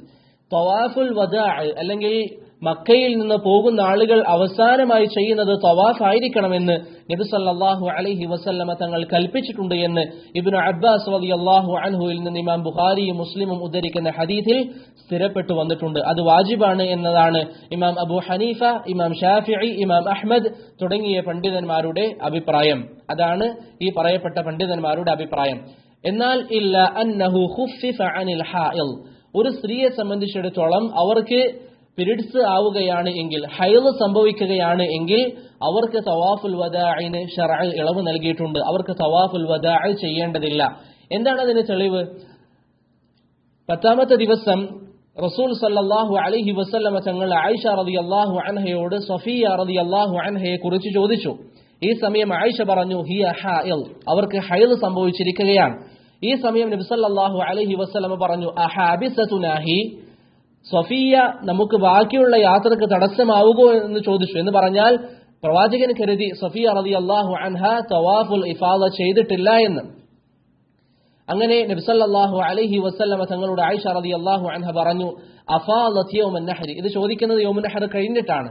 നബി സല്ലല്ലാഹു അലൈഹി വസല്ലമയോട് പറഞ്ഞു, 10ാമത്തെ ദിവസം തന്നെ അവർ തവാഫുൽ ഇഫാദ ചെയ്തിട്ടുണ്ട്. ഈ സമയം പ്രവാചകൻ പറഞ്ഞു, എന്നാൽ അവരോട് പോകാൻ പറയുക, അല്ലെങ്കിൽ നമുക്ക് യാത്ര തിരിക്കാമെന്ന് നബി സല്ലല്ലാഹു അലൈഹി വസല്ലം പറഞ്ഞു. അവിടെ സഫിയ റളിയല്ലാഹു അൻഹ ഹൈദ് സംഭവിച്ചിരിക്കുകയാണ്. അപ്പോൾ സ്വാഭാവികമായും തവാഫ് ചെയ്യാൻ സാധിക്കുകയില്ല. എന്നിട്ടും നബി സല്ലല്ലാഹു അലൈഹി വസല്ലം ഇളവ് നൽകി. അപ്പോൾ പണ്ഡിതന്മാർ പറയുന്നു, ഹായിദിനെ സംബന്ധിച്ചിടത്തോളം അവർക്ക് തവാഫുൽ വിദാ അല്ലെങ്കിൽ തവാഫുൽ വദാ ചെയ്യേണ്ടതില്ല. ഹദീസിൽ വന്നതുപോലെ ഖുഫിഫ അനിൽ ഹായിദി, ഹായിദിനെ അതിൽ നബി സല്ലല്ലാഹു അലൈഹി വസല്ലം ഇളവ് നൽകിയിട്ടുണ്ട്. പക്ഷേ തവാഫുൽ വദാ ചെയ്യേണ്ടത് എപ്പോഴാണ്? അവസാനത്തിലാണ്. ഒരു വ്യക്തി അയ്യാമു തശ്രീഖിൽ കല്ലൊക്കെ എറിഞ്ഞ് ഒക്കെ കഴിഞ്ഞ് അദ്ദേഹം മക്കയിൽ ഒരാഴ്ച താമസിക്കുന്നുവെങ്കിൽ ആ ഒരാഴ്ച കഴിഞ്ഞ് അദ്ദേഹം മടങ്ങുമ്പോഴാണ് തവാഫുൽ വദാ ചെയ്യേണ്ടത്. അതല്ലാതെ ആദ്യം തന്നെ തവാഫുൽ വദാ ചെയ്യേണ്ടതില്ല. കാരണം തവാഫുൽ വദാ എന്നുള്ളത് മക്കയിൽ നിന്ന് തിരിച്ചു വരുമ്പോൾ ചെയ്യേണ്ടതാണ്. അതല്ലാതെ ഹജ്ജ് പൂർത്തീകരിക്കാൻ വേണ്ടി നിർബന്ധമായ ഒരു കർമ്മമല്ല. ഇതാണ് ഹജ്ജിന്റെ വാജിബാത്തുകൾ. ഇനി ഹജ്ജിന്റെ മുസ്തഹബായ കാര്യങ്ങൾ, അത് ഇൻഷാ അല്ലാഹ് നമുക്ക് നാളെ അല്ലെങ്കിൽ വരുന്ന ദർസിൽ, വരുന്ന ചൊവ്വാഴ്ചയോ അല്ലെങ്കിൽ വ്യാഴാഴ്ചയോ ഹജ്ജിന്റെ രൂപം പറയുമ്പോൾ അതിന്റെ മുസ്തഹബായ കാര്യങ്ങൾ പറയാം. ഇവിടെ പ്രധാനപ്പെട്ട ഒരു വിഷയം കൂടി പറഞ്ഞ് ഇൻഷാ അല്ലാഹ് നമുക്ക് അവസാനിപ്പിക്കാം. ഹജ്ജിൽ അല്ലെങ്കിൽ ഇഹ്റാമിൽ വിലക്കപ്പെടുന്ന കാര്യങ്ങൾ പണ്ഡിതന്മാർ മഹ്ദൂറാത്തുൽ ഇഹ്റാം എന്നാണ് അതിന് പറയാറുള്ളത്. സഹോദരങ്ങളെ, ഇവിടെ പ്രധാനമായും നാം മനസ്സിലാക്കേണ്ട ഒരു കാര്യം, ഒരു വ്യക്തിയെ സംബന്ധിച്ചിടത്തോളം ഇഹ്റാമിൽ 3 കാര്യങ്ങൾ അവൻ പ്രധാനമായും ശ്രദ്ധിക്കണം. ഒന്നാമത് ഈ പറയുന്ന മഹ്ദൂറാത്തുൽ ഇഹ്റാമിന്റെ കാര്യങ്ങൾ, ഇൻഷാ അല്ലാഹ് ഇന്ന് നമ്മൾ പറയുന്ന വിഷയങ്ങൾ. രണ്ടാമത്തേത് സാധാരണ പാപങ്ങൾ. കാരണം ഒരു വ്യക്തി പാപം ഒഴിവാക്കുന്നില്ല എങ്കിൽ അവനെ സംബന്ധിച്ചിടത്തോളം ഹജ്ജിന്റെ വലിയൊരു ശ്രേഷ്ഠതയാണ് അവൻ നശിപ്പിക്കുന്നത്. മൂന്നാമത്തേത് അൽ ഇസാഅതു ഇലൽ ഖൽഖ്, മറ്റുള്ളവരോട് മോശമായ പെരുമാറ്റം. അത് എപ്പോഴും ഒരു ഹാജി ശ്രദ്ധിക്കേണ്ട കാര്യമാണ്. അനാവശ്യമായ തർക്കങ്ങൾ, അനാവശ്യമായ അല്ലെങ്കിൽ മോശമായ സ്വഭാവങ്ങൾ, അതൊന്നും ഒരു ഹാജിയിൽ നിന്ന് ഉണ്ടാകാൻ പാടില്ല. തയ്യിബ്, ഹജ്ജിന്റെ മഹ്ദൂറാത്തുകൾ എന്തൊക്കെയാണ്? ഹജ്ജിന്റെ അല്ലെങ്കിൽ ഹജ്ജിൽ വിലക്കപ്പെടുന്ന കാര്യങ്ങൾ, ഒന്നാമതായി മുടി മുറിക്കുക എന്നുള്ളതാണ്. ഒരു വ്യക്തി ഇഹ്റാമിൽ പ്രവേശിച്ചു കഴിഞ്ഞാൽ ഇഹ്റാമിൽ പ്രവേശിക്കുക എന്ന് പറഞ്ഞാൽ നേരത്തെ നമ്മൾ പറഞ്ഞ മീഖാത്തിൽ നിന്ന് അത് തീരുമാനിച്ചു കഴിഞ്ഞാൽ, അതല്ലാതെ ഇഹ്റാമിന്റെ വസ്ത്രം ധരിച്ചു കഴിഞ്ഞാൽ എന്നല്ല. ഇപ്പോൾ ഉദാഹരണത്തിന് മദീനയിൽ നിന്ന് ഉംറ ഉദ്ദേശിച്ച് അല്ലെങ്കിൽ ഹജ്ജ് ഉദ്ദേശിച്ചു പോകുന്ന ഒരു വ്യക്തിയെ സംബന്ധിച്ചിടത്തോളം അദ്ദേഹം മദീനയിൽ നിന്ന് പുറപ്പെടുമ്പോൾ തന്നെ ഇഹ്റാമിന്റെ വസ്ത്രം ധരിക്കും. പക്ഷേ മീഖാത്തിൽ വെച്ചുകൊണ്ടാണ് അദ്ദേഹം ഇഹ്റാമിലേക്ക് പ്രവേശിക്കുന്നത്. അപ്പോൾ മീഖാത്ത് എത്തുന്നത് വരെ ഈ പറയുന്ന വിഷയങ്ങൾ അദ്ദേഹം ചെയ്യുന്നതിൽ തെറ്റില്ല. പക്ഷേ ഇഹ്റാമിൽ പ്രവേശിച്ചു കഴിഞ്ഞാൽ അദ്ദേഹത്തെ സംബന്ധിച്ചിടത്തോളം ഈ പറയുന്ന വിഷയങ്ങൾ വിലക്കപ്പെട്ടതാണ്. അതിലൊന്നാമത്തേത് മുടി മുറിക്കുക എന്നുള്ളതാണ്. ഇവിടെ മുടി മുറിക്കാൻ പാടില്ല എന്നതിന്റെ തെളിവെന്താണ്? സൂറത്തുൽ ബഖറയിൽ അല്ലാഹു പറഞ്ഞു, വലാ തഹ്ലിഖൂ റൂസക്കും, നിങ്ങൾ നിങ്ങളുടെ തല വടിക്കരുത് അല്ലെങ്കിൽ മുടി മുറിക്കരുത് എന്ന് അല്ലാഹു സുബ്ഹാനഹു വ തആല സൂറത്തുൽ ബഖറയിൽ പറഞ്ഞു. ഇനി ചില ആളുകൾക്ക് സംശയമുണ്ടാകാം, ഇവിടെ അല്ലാഹു പറഞ്ഞത് തലയുമായി ബന്ധപ്പെട്ട മുടിയാണ്. മറ്റിതര രോമങ്ങൾ, ശരീരത്തിൽ മറ്റിതര സ്ഥലങ്ങളിലുള്ള രോമങ്ങൾ മറ്റും എടുക്കുന്നതിന്റെ ശർഈയായ വിധി എന്താണ്? ഇമാം അഹ്മദ് റഹിമഹുല്ലാഹ് പറയുന്നു, ലാ അഅലമു അന്നഹും യുഫർരിഖൂന ബൈന ശഅരി റഅസി വഗൈരിഹി, തലമുടിയോ മറ്റോ പണ്ഡിതന്മാർ വേർതിരിക്കുന്നതായി എനിക്കറിയില്ല എന്ന് ഇമാം അഹ്മദ് ബിൻ ഹംബൽ റഹിമഹുല്ലാഹ് പറയുന്നതായി നമുക്ക് കാണാൻ സാധിക്കുന്നതാണ്. അപ്പോൾ ആയത്ത് വന്നിട്ടുള്ളത് തലമുടിയുമായി ബന്ധപ്പെട്ട വിഷയത്തിലാണ് എങ്കിലും മറ്റിതര രോമങ്ങളും അതിന്റെ ഹുക്മിലാണ് എന്ന് ഇമാം അഹ്മദ് റഹിമഹുല്ലാഹ് പറയുന്നതായി നമുക്ക് കാണാൻ സാധിക്കും. അതുപോലെ തന്നെ സംസാരം കേൾക്കുന്ന തുല്ലാബുകൾ ഉണ്ട് എങ്കിൽ അവർക്ക് കൂടുതൽ മനസ്സിലാകും. ഈ ആയത്ത് അവതരിച്ചിരിക്കുന്നത് കഅബ് ബിൻ ഉജ്റ റളിയല്ലാഹു അൻഹുവിന്റെ വിഷയത്തിലാണ്. ലാ തഹ്ലിഖൂ റൂസക്കും എന്ന ആയത്ത് വന്നിട്ടുള്ളത്. അപ്പോൾ നമുക്കറിയാം ഉസൂലിന്റെ ഖാഇദ അനുസരിച്ച് ഫമാ ഖറജ ലിസബബിൻ ഫലാ മഫ്ഹൂമ ലഹു, ഒരു കാരണം കൊണ്ട് ശരീഅത്തിൽ ഒരു വിധി വന്നിട്ടുണ്ട് എങ്കിൽ ആ കാരണത്തിന് മാത്രമല്ല അത് ബാധകമാവുക. പൊതുവെ ഉസൂലിൽ നമ്മൾ പറയുന്ന ഒരു ഖാഇദയാണ്. അപ്പോൾ എന്നിരുന്നാലും ഒരു വ്യക്തി ഇഹ്റാമിൽ പ്രവേശിച്ചു കഴിഞ്ഞാൽ ഒരു മുടിയും എടുക്കാൻ പാടില്ല. ആ വിഷയത്തിൽ ഇമാം ഇബ്നുൽ മുൻദിറും ഇമാം ഇബ്നു ഖുദാമയും ഇജ്മാഅ് ഉദ്ധരിച്ചതായി നമുക്ക് കാണാൻ സാധിക്കുന്നതാണ്. പക്ഷേ സഹോദരങ്ങളെ, ഇവിടെ നാം ഒരു കാര്യം പ്രത്യേകം മനസ്സിലാക്കണം. ചില ആളുകൾക്ക് ഇഹ്റാമിൽ പ്രവേശിച്ചു കഴിഞ്ഞാൽ വളരെയധികം സംശയങ്ങളാണ്, വസ്വാസുകളാണ്. അതിന്റെ ആവശ്യമില്ല. ഏതുപോലെ ചില ആളുകൾക്ക് വുളൂ ചെയ്യുമ്പോൾ താടി പിടിക്കുമ്പോൾ എന്തെങ്കിലും താടി രോമങ്ങൾ കയ്യിൽ വന്നാൽ, അല്ലെങ്കിൽ തല ചൊറിയുമ്പോൾ കയ്യിൽ മുടി വരികയാണ് എങ്കിൽ അവിടെയൊക്കെ സംശയങ്ങളാണ്. അതൊന്നും പ്രശ്നമില്ല. ആ രൂപത്തിൽ ഒരു വ്യക്തി താടി പിടിച്ചപ്പോൾ താടി താഴേക്ക് വന്നതുകൊണ്ടോ അല്ലെങ്കിൽ താടിയുടെ ഏതാനും രോമങ്ങൾ അദ്ദേഹത്തിന്റെ കയ്യിൽ കിട്ടിയതോ അതൊന്നും ശർഈയായി വിലക്കപ്പെടുന്നതല്ല. ശർഈ വിലക്കിയിട്ടുള്ളത് എന്താണ്? മുടി മുറിക്കുക എന്നുള്ളതാണ്. നമ്മളായിട്ട് അത് ചെയ്യുക എന്നുള്ളതാണ് ശർഈ വിലക്കിയിട്ടുള്ളത്. അതല്ലാതെയുള്ള പ്രവർത്തനങ്ങൾ, തല ചൊറിയുമ്പോൾ മുടി വന്നു, പ്രശ്നമില്ല. മഹാനായ ഇമാം നവവി റഹിമഹുല്ലാഹ് അദ്ദേഹത്തിന്റെ മജ്മൂഇൽ പറയുന്നതായി കാണാൻ, ഹഖ്ഖുൽ ജസദി ഫലാ കറാഹത ഫീഹി ബിലാ ഖിലാഫ്. നമുക്ക് ചൊറിയുക എന്നുള്ളത്, ഒരു വ്യക്തിക്ക് തല ചൊറിയണമെങ്കിൽ അത് മുഹ്രിമിനെ സംബന്ധിച്ചിടത്തോളം ചൊറിയുന്നതിൽ തെറ്റില്ല. ആയിഷ റളിയല്ലാഹു അൻഹയോട് ചോദിക്കപ്പെട്ടു, അയഹഖുൽ മുഹ്രിമു ജസദഹു, ഒരു മുഹ്രിമിനെ സംബന്ധിച്ചിടത്തോളം ശരീരം ചൊറിയുന്നതിൽ എന്തെങ്കിലും തടസ്സമുണ്ടോ എന്ന് ചോദിച്ചപ്പോൾ ആയിഷ റളിയല്ലാഹു അൻഹ പറഞ്ഞു, നഅം ഫൽയഹഖഹു വൽയുശദ്ദിദ്, എത്രയാണോ അവൻ ആവശ്യം അത്രയും ചൊറിയാം, കഠിനമായി ചൊറിയാം, അതിൽ തെറ്റില്ല എന്ന് ആയിഷ റളിയല്ലാഹു അൻഹ പറഞ്ഞതായി ഇമാം മാലിക് റഹിമഹുല്ലാഹ് മുവത്തയിൽ ഉദ്ധരിക്കുന്നതായി കാണാം.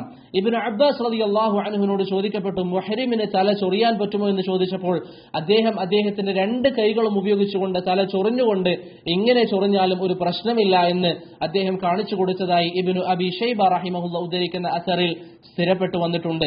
അതുകൊണ്ട് തന്നെ ഒരു മുഹ്രിമിനെ സംബന്ധിച്ചിടത്തോളം തല ചൊറിയുന്നത് കൊണ്ടോ അല്ലെങ്കിൽ ശരീരത്തിൽ എവിടെയെങ്കിലും ചൊറിയുന്നത് കൊണ്ടോ അവിടുന്ന് ഏതെങ്കിലും രോമങ്ങളോ അല്ലെങ്കിൽ താടി രോമമോ മറ്റോ താഴേക്ക് വീണാൽ അത് പറഞ്ഞു വീഴുകയാണ് എങ്കിൽ അതിനൊരു പ്രശ്നവുമില്ല. അതൊന്നും നമ്മൾ ഒരിക്കലും വലിയൊരു പ്രയാസമായി കാണേണ്ട കാര്യമില്ല. മറിച്ച് അതൊക്കെ ശർഅ് അനുവദിക്കുന്നതാണ്. ഇവിടെ ശർഅ് വിലക്കിയിട്ടുള്ളത് എന്താണ്? നമ്മളായി നമ്മുടെ ഒരു രോമം പറിക്കുക എന്നുള്ളത്. നമ്മളായി ഒരു രോമം പറിക്കുക എന്നുള്ളതാണ്. രണ്ടാമതായി ഇഹ്റാമിൽ വിലക്കപ്പെടുന്ന കാര്യം തഖ്ലീമുൽ അൽഫാർ, നഖം മുറിക്കുക എന്നുള്ളതാണ്. തഖ്ലീമുൽ അൽഫാർ, നഖം മുറിക്കുക എന്നുള്ളതാണ്. സൂറത്തുൽ ഹജ്ജിലെ 29ാമത്തെ വചനമായ വല്യഖ്ളൂ തഫസഹും എന്ന ആയത്തിന്റെ വിശദീകരണത്തിൽ ഇബ്നു അബ്ബാസ് റളിയല്ലാഹു അൻഹുവും മുജാഹിദ് ഇബ്നു ജബർ റഹിമഹുല്ലയും നഖം മുറിക്കുന്നത് വിലക്കപ്പെട്ടതാണ് എന്ന് വിശദീകരിക്കുന്നതായി നമുക്ക് കാണാൻ സാധിക്കുന്നതാണ്. അപ്പോൾ നഖം മുറിക്കാൻ പാടില്ല എന്നുള്ളത് സലഫുകളിൽ നിന്ന് തന്നെ സ്ഥിരപ്പെട്ടു വന്ന കാര്യമാണ്. ഇമാം ഇബ്നുൽ മുൻദിർ റഹിമഹുല്ല ആ വിഷയത്തിൽ ഇജ്മാഅ് ഉദ്ധരിച്ചിട്ടുണ്ട്. തയ്യിബ്, ഇവിടെ ചില ആളുകളുടെ നഖം എന്തെങ്കിലും ഒരു കാരണത്താൽ ഇപ്പോൾ നടന്നു പോകുമ്പോൾ എവിടെയെങ്കിലും തട്ടി നഖത്തിന്റെ ഒരു ഭാഗം പറഞ്ഞു എന്ന് സങ്കല്പിക്കുക. അങ്ങനെയാണ് എങ്കിൽ അദ്ദേഹത്തിന് ആ നഖം മുറിച്ചില്ല എങ്കിൽ സ്വാഭാവികമായി പ്രയാസമുണ്ടാകും. ശരീരത്തിൽ എവിടെയെങ്കിലും തട്ടിയാൽ വേദനിക്കാൻ സാധ്യതയുണ്ട്. അദ്ദേഹത്തിന് അരികിൽ കുട്ടികളുണ്ട് എങ്കിൽ ആ കുട്ടികളെ എടുക്കുമ്പോഴോ മറ്റോ ആ കുട്ടികൾക്ക് അത് കാരണത്താൽ മുറിവേൽക്കാൻ സാധ്യതയുണ്ട്. അങ്ങനെ പല പ്രയാസങ്ങളുണ്ട്. അങ്ങനെയുള്ള ആളുകളെ സംബന്ധിച്ചിടത്തോളം അഥവാ പൊട്ടിയ നഖം ഒരു വ്യക്തിക്കുണ്ട് എങ്കിൽ അത് മുറിക്കൽ അനുവദനീയമാണ്. ഇബ്നു അബ്ബാസ് റളിയല്ലാഹു അൻഹു പറഞ്ഞു, ഇദൻ കസറ ളുഫ്റുൽ മുഹ്രിമി ഫല്യഖുസ്സ, ഒരു മുഹ്രിമിന്റെ നഖം പൊട്ടിയിട്ടുണ്ട് എങ്കിൽ അത് മുറിക്കാം എന്ന് അല്ലെങ്കിൽ മുറിച്ചുകൊള്ളട്ടെ എന്ന് ഇബ്നു അബ്ബാസ് റളിയല്ലാഹു അൻഹു ഫത്വ നൽകിയതായി ഇബ്നു അബി ഷൈബ റഹിമഹുല്ല ഉദ്ധരിക്കുന്ന അസറിൽ സ്ഥിരപ്പെട്ടു വന്നിട്ടുണ്ട്. പക്ഷേ അവിടെ നാം ശ്രദ്ധിക്കേണ്ടത് ഇമാമുൽ മനാസിക് എന്നറിയപ്പെട്ട അതാ ഇബ്നു അബി റബാഹ് റഹിമഹുല്ല പറഞ്ഞതുപോലെ ഫല്യഖുസ്സൽ ളുഫ്റ മിൻ ഹൈസു ഖുസിർ, നഖം പൂർണ്ണമായും, ഇപ്പോൾ ഒരു വ്യക്തിയുടെ ഒരു നഖം മുറിഞ്ഞിട്ടുണ്ട് എന്ന് സങ്കല്പിക്കുക, ഒരു നഖം പൊട്ടി. അങ്ങനെയാണെങ്കിൽ എല്ലാ വിരലിന്റെയും നഖം അദ്ദേഹം മുറിക്കരുത്. മറിച്ച് ആ പൊട്ടിയ നഖം ആവശ്യമനുസരിച്ച് മാത്രമേ അദ്ദേഹം മുറിക്കാവൂ എന്ന് ഇമാമുൽ മനാസിക് എന്നറിയപ്പെട്ട അതാ ഇബ്നു അബി റബാഹ് റഹിമഹുല്ല ഫത്വ നൽകിയതായി നമുക്ക് കാണാൻ സാധിക്കുന്നതാണ്. അതുപോലെ തന്നെ സഹോദരങ്ങളെ, ഒരു വ്യക്തിക്ക് എന്തെങ്കിലും ഒരു സാഹചര്യത്താൽ എന്തെങ്കിലും ഒരു തൊലി ശരീരത്തിൽ നിന്ന് നീക്കം ചെയ്യേണ്ടി വന്നു എന്ന് സങ്കല്പിക്കുക. മുഹ്രിമിന് സ്വാഭാവികമായും ആ തൊലിയിൽ രോമങ്ങൾ ഉണ്ടാകാൻ സാധ്യതയുണ്ട്. അങ്ങനെയുള്ള സാഹചര്യത്തിലും അത് പ്രശ്നമില്ല. അതാണ് പണ്ഡിതന്മാർ പറയുന്നത് യുഗ്ഫറു തബഅൻ അല്ലെങ്കിൽ യുഗ്തഫറു തബഅൻ മാ ലാ യുഗ്തഫറു അസാലതൻ. അത് ഒരു വ്യക്തി ആ മുടി നീക്കം ചെയ്യുക എന്നുള്ളതല്ല അദ്ദേഹത്തിന്റെ ഉദ്ദേശം, മറിച്ച് തൊലി നീക്കം ചെയ്യലാണ്. അതുകൊണ്ട് തന്നെ അതും പ്രശ്നമില്ല എന്ന് ഇമാം ഇബ്നു ഖാസിം അദ്ദേഹത്തിന്റെ റൗദിന്റെ ഹാഷിയയിൽ പറയുന്നതായി നമുക്ക് കാണാൻ സാധിക്കുന്നതാണ്. അതുകൊണ്ട് തന്നെ ഒരു വ്യക്തി അദ്ദേഹത്തിന്റെ നഖം മുറിക്ക് ഈ രൂപത്തിൽ, ഈ പറയപ്പെട്ട രൂപത്തിലൊന്നും ചെയ്യുന്നത് കൊണ്ട് പ്രശ്നമില്ല. ഹജ്ജിന്റെ മൂന്നാമത്തെ മഹ്ദൂർ പെർഫ്യൂംസ് ഉപയോഗിക്കലാണ്. അത്തീബ്, പെർഫ്യൂംസ് ഉപയോഗിക്കുക എന്നുള്ളത് ഹജ്ജിന്റെ മൂന്നാമത്തെ വിലക്കപ്പെട്ട കാര്യമാണ്. അല്ലെങ്കിൽ ഇഹ്റാമിൽ ഹജ്ജാണെങ്കിലും ഉംറയാണെങ്കിലും മൂന്നാമതായി വിലക്കപ്പെട്ട കാര്യമാണ്. റസൂൽ സല്ലല്ലാഹു അലൈഹി വസല്ലമ തങ്ങൾ പറഞ്ഞു, ലാ തൽബസു ശൈഅൻ മിനസ് സിയാബി മസ്സഹുൽ വർസ് വസ്സഅഫറാൻ. കുങ്കുമമോ അല്ലെങ്കിൽ വർസ് എന്ന് പറഞ്ഞാൽ കുങ്കുമം പോലെയുള്ള മറ്റൊരു ചെടിയാണ്, അതിൽ നിന്ന് സുഗന്ധം ഉൽപ്പാദിപ്പിക്കപ്പെടും. അങ്ങനെയുള്ള ചെടികൾ കൊണ്ട് സ്പർശിച്ച അല്ലെങ്കിൽ അങ്ങനെയുള്ള സുഗന്ധ പെർഫ്യൂംസ് കൊണ്ട് സ്പർശിച്ചിരിക്കുന്ന വസ്ത്രങ്ങൾ മുഹ്രിം ധരിക്കാൻ പാടില്ല എന്ന് റസൂൽ സല്ലല്ലാഹു അലൈഹി വസല്ലം പറഞ്ഞതായി ഇമാം ബുഖാരിയും മുസ്ലിമും ഉദ്ധരിക്കുന്ന ഹദീസിൽ നമുക്ക് കാണാം. ഇമാം ഇബ്നു ഹജർ ആ വിഷയത്തിൽ ഇജ്മാഅ് ഉദ്ധരിച്ചിട്ടുണ്ട്. ഇവിടെ സഹോദരങ്ങളെ ശർഅ് വിലക്കിയിട്ടുള്ളത് പെർഫ്യൂമിന്റെ ലക്ഷ്യത്തോടു കൂടി ഒരു വ്യക്തി ഉപയോഗിക്കുന്നതാണ്. അതല്ലാതെ ചില ആളുകൾ ഉപയോഗിക്കുന്ന പേസ്റ്റിന് ആ രൂപത്തിൽ നല്ല സ്മെല്ലുണ്ടാകാം, അതല്ലെങ്കിൽ ഉപയോഗിക്കുന്ന സോപ്പിന് എന്തെങ്കിലും ഒരു സ്മെല്ലുണ്ടാകാം. അതൊന്നും ശർഅ് വിലക്കിയിട്ടുള്ളതല്ല. പ്രത്യേകം സ്മെല്ല് ഉദ്ദേശിച്ചുകൊണ്ട് വാങ്ങുന്ന സോപ്പുകളല്ല ഞാൻ ഉദ്ദേശിക്കുന്നത്. അങ്ങനെയുള്ള സോപ്പുകൾ ഇന്ന് ലഭ്യമാണ്. അതിന്റെ ഉദ്ദേശം തന്നെ നല്ല പ്രത്യേക ഒരു സ്മെല്ല് വരാൻ വേണ്ടിയിട്ടാണ്. അത് പാടില്ല. അതല്ലാതെ സാധാരണ രൂപത്തിലുള്ള ഒരു സ്മെല്ല് ഒരു സോപ്പിനുണ്ട് എങ്കിൽ അതൊന്നും ശർഈയായി വിലക്കപ്പെടുന്ന കാര്യമല്ല. അതുകൊണ്ട് സാധാരണ പേസ്റ്റുകൾ ഒരു വ്യക്തിക്ക് ഉപയോഗിക്കാം, സാധാരണ സോപ്പ് ഒരു വ്യക്തിക്ക് ഉപയോഗിക്കാം. അതൊന്നും ശർഈയായി വിലക്കുള്ള കാര്യമല്ല. അതുപോലെ തന്നെ ഒരു വ്യക്തി ഓറഞ്ച് തിന്നുകയാണെന്ന് സങ്കല്പിക്കുക, അതിനൊരു സ്മെല്ലുണ്ട്, നല്ലതാണ്. അതൊന്നും കഴിക്കുന്നതിലോ മറ്റോ ശർഈയായി വിലക്കുകളില്ല. ഇവിടെ ഉദ്ദേശം എന്താണ്? മനഃപൂർവ്വം ഒരു വ്യക്തി ഇത്തർ ഉപയോഗിക്കാനോ അല്ലെങ്കിൽ പെർഫ്യൂംസ് ഉപയോഗിക്കാനോ അത് തേക്കാനോ ഒന്നും പാടുള്ളതല്ല. അതാണ് ശർഅ് വിലക്കിയിട്ടുള്ളത്. ഇവിടെ ശ്രദ്ധിക്കേണ്ട ഒരു കാര്യം, ചില ആളുകളൊക്കെ ഇഹ്റാമിലായിരിക്കെ മക്കയിൽ ഉദാഹരണത്തിന് ഉംറ ചെയ്യുമ്പോൾ അടുത്തൂടെ വേറെ ആരെങ്കിലും മുഹ്രിമല്ലാത്ത ഒരു വ്യക്തി കടന്നുപോയി എന്ന് സങ്കല്പിക്കുക.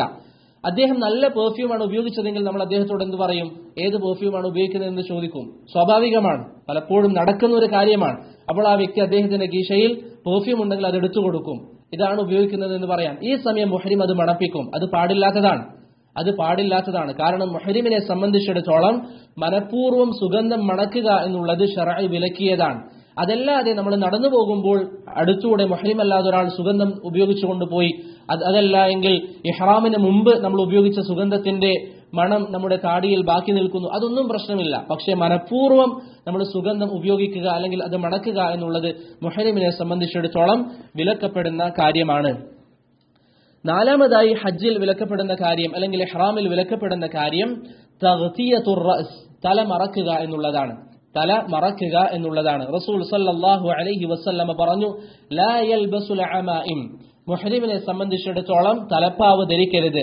വലൽ ബറാനിസും ധരിക്കരുത് എന്ന് നബി സല്ലല്ലാഹു അലൈഹി വസല്ലമ തങ്ങൾ പറഞ്ഞു. ബറാനിസ് എന്ന് പറഞ്ഞാൽ സഹോദരങ്ങളെ, ചില വസ്ത്രങ്ങൾക്ക് അതിൽ തലയിലിടുന്നതും അതിന്റെ കൂടെ തന്നെ വരും. നമ്മൾ പൊതുവെ നാട്ടിലൊക്കെ കണ്ടുവരുന്ന ഹൂഡീസ് പോലെ, അതല്ലെങ്കിൽ മഗ്രിബിലെ മൊറോക്കയിലെ ആളുകൾ ധരിക്കുന്ന വസ്ത്രം പോലെ, അത്തരത്തിലുള്ള വസ്ത്രങ്ങൾ അങ്ങനെയുള്ളതും അതുപോലെ തന്നെ തലയിൽ തലപ്പാവ് ഒന്നും ധരിക്കരുത് എന്ന് റസൂൽ സല്ലല്ലാഹു അലൈഹി വസല്ലമ തങ്ങൾ പറഞ്ഞു. അത്തരത്തിലുള്ള വസ്ത്രങ്ങളോ മറ്റോ അത്തരത്തിൽ തല മറക്കാൻ പാടില്ല എന്ന് റസൂൽ സല്ലല്ലാഹു അലൈഹി വസല്ലം പറഞ്ഞു. ഈ പറയപ്പെട്ട വിഷയം ആർക്കാണ് ബാധകം?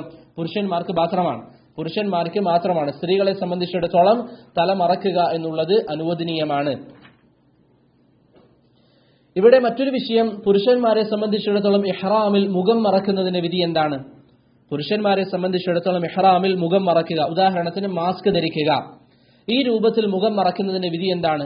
ഉസ്മാൻ ബിൻ അഫ്ഫാൻ റളിയല്ലാഹു അൻഹു മുഹ്രിമായിരിക്കെ മുഖം മറച്ചതായി ഇമാം മാലിക് റഹിമഹുല്ലാഹ് അദ്ദേഹത്തിന്റെ മുവത്തയിൽ ഉദ്ധരിച്ചിട്ടുണ്ട്. ഉസ്മാൻ ബിൻ അഫ്ഫാൻ റളിയല്ലാഹു അൻഹു മുഹ്രിമായിരിക്കെ മുഖം മറച്ചതായി ഇമാം മാലിക് റഹിമഹുല്ലാഹ് അദ്ദേഹത്തിന്റെ മുവത്തയിൽ ഉദ്ധരിച്ചിട്ടുണ്ട്. അതുപോലെ തന്നെ Zaid bin Thabit, Abdullah bin Zubair റളിയല്ലാഹു അൻഹും തുടങ്ങിയ സഹാബികളും മുഖം മറച്ചതായി നമുക്ക് കാണാൻ സാധിക്കുന്നതാണ്. ഇമാം ഇബ്നു ഖുദാമ റഹിമഹുല്ലാഹ് പറഞ്ഞു, ഈ വിഷയത്തിൽ സഹാബികൾക്ക് എതിരായി ആരും വന്നിട്ടില്ല. ഇബ്നു ഖുദാമ റഹിമഹുല്ലാഹ് പറഞ്ഞു, ഈ വിഷയത്തിൽ ഈ പറയപ്പെട്ട സഹാബികൾക്കെതിരായി ആരും ഒരു സഹാബിയും അഭിപ്രായം പറഞ്ഞില്ല. പക്ഷേ അല്ലാഹു അലം, അബ്ദുല്ലാഹ് ബിൻ ഉമറിൽ നിന്ന് അതിനെതിരായി ഒരു അഭിപ്രായം സ്ഥിരപ്പെട്ടിട്ടുണ്ട്. അതുകൊണ്ട് ഏറ്റവും അഫ്ളൽ എന്താണ്? മുഖം മറക്കാതെ ഉംറ ചെയ്യുക എന്നുള്ളതാണ്. മുഖം മറക്കാതെ ഉംറയും ഹജ്ജും ചെയ്യുക എന്നുള്ളതാണ്. ഇനി ഒരു വ്യക്തി മുഖം മറച്ചു, മാസ്ക് ധരിച്ചോ മറ്റോ മുഖം മറക്കുകയാണ് എങ്കിൽ അത് പ്രശ്നമില്ല. കാരണം ഉസ്മാൻ റളിയല്ലാഹു അൻഹുവിനെ പോലെയുള്ള സഹാബികളിൽ നിന്ന് അത് സ്ഥിരപ്പെട്ടു വന്നിട്ടുണ്ട്. എന്നാൽ സ്ത്രീകളെ സംബന്ധിച്ചിടത്തോളം അവർ നിഖാബ് ധരിച്ചുകൊണ്ട് മുഖം മറക്കാൻ പാടില്ല. മുഖം മറക്കാൻ പാടില്ല. മറിച്ച് തട്ടം തലയിലൂടെ താഴേക്കിട്ട് മുഖം മറക്കൽ അനുവദനീയമാണ്. ഇവിടെ സഹോദരങ്ങളെ നാം മനസ്സിലാക്കേണ്ട വളരെ പ്രധാനപ്പെട്ട ഒരു വിഷയം, പുരുഷന്മാരെ സംബന്ധിച്ചിടത്തോളം അവരുടെ ഇഹ്റാം അവരുടെ തലയിലാണ് എന്ന് പറഞ്ഞാൽ തല മറക്കൽ ഹറാമാണ്. സ്ത്രീകളെ സംബന്ധിച്ചിടത്തോളം അവരുടെ ഇഹ്റാം അവരുടെ മുഖത്താണ്. അപ്പോൾ അടിസ്ഥാനം എന്താണ്? സ്ത്രീകൾ ഇഹ്റാമിൽ മുഖം മറക്കരുത് എന്നുള്ളതാണ്. എന്ന് പറഞ്ഞാൽ സ്ത്രീകളുടെ അരികിൽ മഹ്റമായ ആളുകളാണ്, വാഹനത്തിലൊക്കെ പോകുന്ന സാഹചര്യത്തിൽ അടുത്ത് മഹ്റമാണ് എന്നാണ് എങ്കിൽ, അഥവാ ഒരു കാറിൽ ഭാര്യയും ഭർത്താവും പോകുന്നു, അങ്ങനെയുള്ള സാഹചര്യങ്ങളിൽ ഏറ്റവും നല്ലത് എന്താണ്? സ്ത്രീകൾ മുഖം മറക്കാതിരിക്കലാണ്. പക്ഷേ പുരുഷന്മാരുണ്ട്, അത്തരത്തിലുള്ള എന്തെങ്കിലും ഒരു സാഹചര്യം ഉണ്ട് എങ്കിൽ അവരെ സംബന്ധിച്ചിടത്തോളം മുഖം മറക്കാം. പുരുഷന്മാർ അങ്ങനെ വല്ല പുരുഷന്മാരടുത്തുണ്ട്, അന്യരായ ആളുകൾ, അങ്ങനെയാണെങ്കിൽ അവരെ സംബന്ധിച്ചിടത്തോളം അവർ മുഖം മറക്കണം. അസ്മാ റളിയല്ലാഹു അൻഹയിൽ നിന്നും ആയിഷ റളിയല്ലാഹു അൻഹയിൽ നിന്നുമൊക്കെ അത് സ്ഥിരപ്പെട്ടു വന്നിട്ടുണ്ട്. വേറെ ചില പണ്ഡിതന്മാർ പറയുന്നതായി കാണാം, അടിസ്ഥാനം സ്ത്രീകളെ സംബന്ധിച്ചിടത്തോളം മുഖം മറക്കാം, പക്ഷേ നിഖാബ് ധരിക്കരുത് എന്ന് മാത്രമാണ്. ആ വിഷയത്തിൽ ചെറിയൊരു ഖിലാഫ് ഉണ്ട്. എന്നിരുന്നാലും സ്ത്രീകളെ സംബന്ധിച്ചിടത്തോളം ഒരു കാരണവശാലും അന്യപുരുഷന്റെ മുമ്പിൽ മുഖം കാണിക്കാൻ പാടില്ല. ഇഹ്റാമിലാണെങ്കിലും മറ്റ് സാഹചര്യങ്ങളാണ് എങ്കിലും. ഇഹ്റാമിൽ വിലക്കപ്പെടുന്ന അഞ്ചാമത്തെ കാര്യം, ശരീരത്തിന്റെ അവയവങ്ങളുടെ അളവനുസരിച്ച് തുന്നിച്ചേർത്ത വസ്ത്രങ്ങൾ ധരിക്കാൻ പാടില്ല. ശരീരത്തിന്റെ അളവിനനുസരിച്ച് തുന്നിച്ചേർക്കപ്പെട്ട വസ്ത്രങ്ങൾ ധരിക്കാൻ പാടില്ല. അതല്ലാതെ സ്റ്റിച്ചുള്ള വസ്ത്രം ധരിക്കാൻ പാടില്ല എന്നുള്ളതല്ല, മറിച്ച് ശരീരത്തിന്റെ അവയവങ്ങൾക്കനുസരിച്ച് തുന്നിയ വസ്ത്രങ്ങൾ അത് ധരിക്കാൻ പാടില്ല. അതല്ല എങ്കിൽ മുഹരിം സാധാരണ ധരിക്കുന്ന തുണിയും അതുപോലെ തന്നെ മുകളിലിടുന്ന രിദാവും അതൊക്കെ തുന്നിച്ചേർത്തുണ്ടാക്കിയതാണ്, സ്റ്റിച്ച് ചെയ്തുണ്ടാക്കിയതാണ്. ശർഈയായി വിലക്കപ്പെടുന്നത് ശരീരത്തിന്റെ അവയവങ്ങൾക്കനുസരിച്ച് തുന്നിച്ചേർക്കപ്പെട്ട വസ്ത്രങ്ങൾ മുഹരിം ധരിക്കാൻ പാടില്ല എന്നുള്ളതാണ്. നബി സല്ലല്ലാഹു അലൈഹി വസല്ലം പറഞ്ഞു, ലാ യൽബസുൽ ഖമീസ്, മുഹരിമിനെ സംബന്ധിച്ചിടത്തോളം അവൻ ഖമീസ് ധരിക്കാൻ പാടില്ല. അഥവാ ശരീരത്തിന്റെ അളവിനനുസരിച്ച് തുന്നിച്ചേർക്കപ്പെട്ട വസ്ത്രമാണ് ഖമീസ് എന്നുള്ളത്. അപ്പോൾ ഇവിടെ നാം മനസ്സിലാക്കുക, ഇവിടെ ഉദ്ദേശം ശരീരത്തിന്റെ അളവിനനുസരിച്ച് തുന്നിച്ചേർക്കപ്പെട്ട വസ്ത്രമാണ്, അതല്ലാതെ കേവലം സ്റ്റിച്ച് ചെയ്ത വസ്ത്രമല്ല. ഇവിടെ ആദ്യമായി ഈ രൂപത്തിൽ മഖീത്ത് അഥവാ തുന്നിച്ചേർക്കപ്പെട്ട വസ്ത്രം എന്ന രൂപത്തിൽ പ്രയോഗിച്ചതാരാണ്? ഇബ്രാഹിം അന്നഖഈ റഹിമഹുള്ളയാണ്. ഇമാം ഇബ്നുൽ ഖയ്യിം തഹ്ദീബു സുന്നൻ അബീ ദാവൂദിൽ പറയുന്നത് പോലെ ആദ്യമായി ഈ രൂപത്തിൽ തുന്നിച്ചേർത്ത വസ്ത്രം അല്ലെങ്കിൽ മഖീത്ത് എന്ന പ്രയോഗം നടത്തിയത് ഇബ്രാഹിം അന്നഖഈ റഹിമഹുള്ളയാണ്. അതുപോലെ തന്നെ സഹോദരങ്ങളെ, ഇഹ്റാമിൽ ശ്രദ്ധിക്കേണ്ട ഒരു കാര്യമാണ്, ഇന്ന് വ്യാപകമായി പല സ്ഥലങ്ങളിലും ഇഹ്റാമിന്റെ തുണികളുടെ കൂടെ വിൽക്കപ്പെടുന്ന ഒന്നാണ് എലാസ്റ്റിക് ഉള്ള ഇഹ്റാം തുണികൾ. എലാസ്റ്റിക് ഉള്ള ഇഹ്റാം തുണികൾ അത് ധരിപ്പിച്ചു കൊടുക്കാൻ പാടില്ല.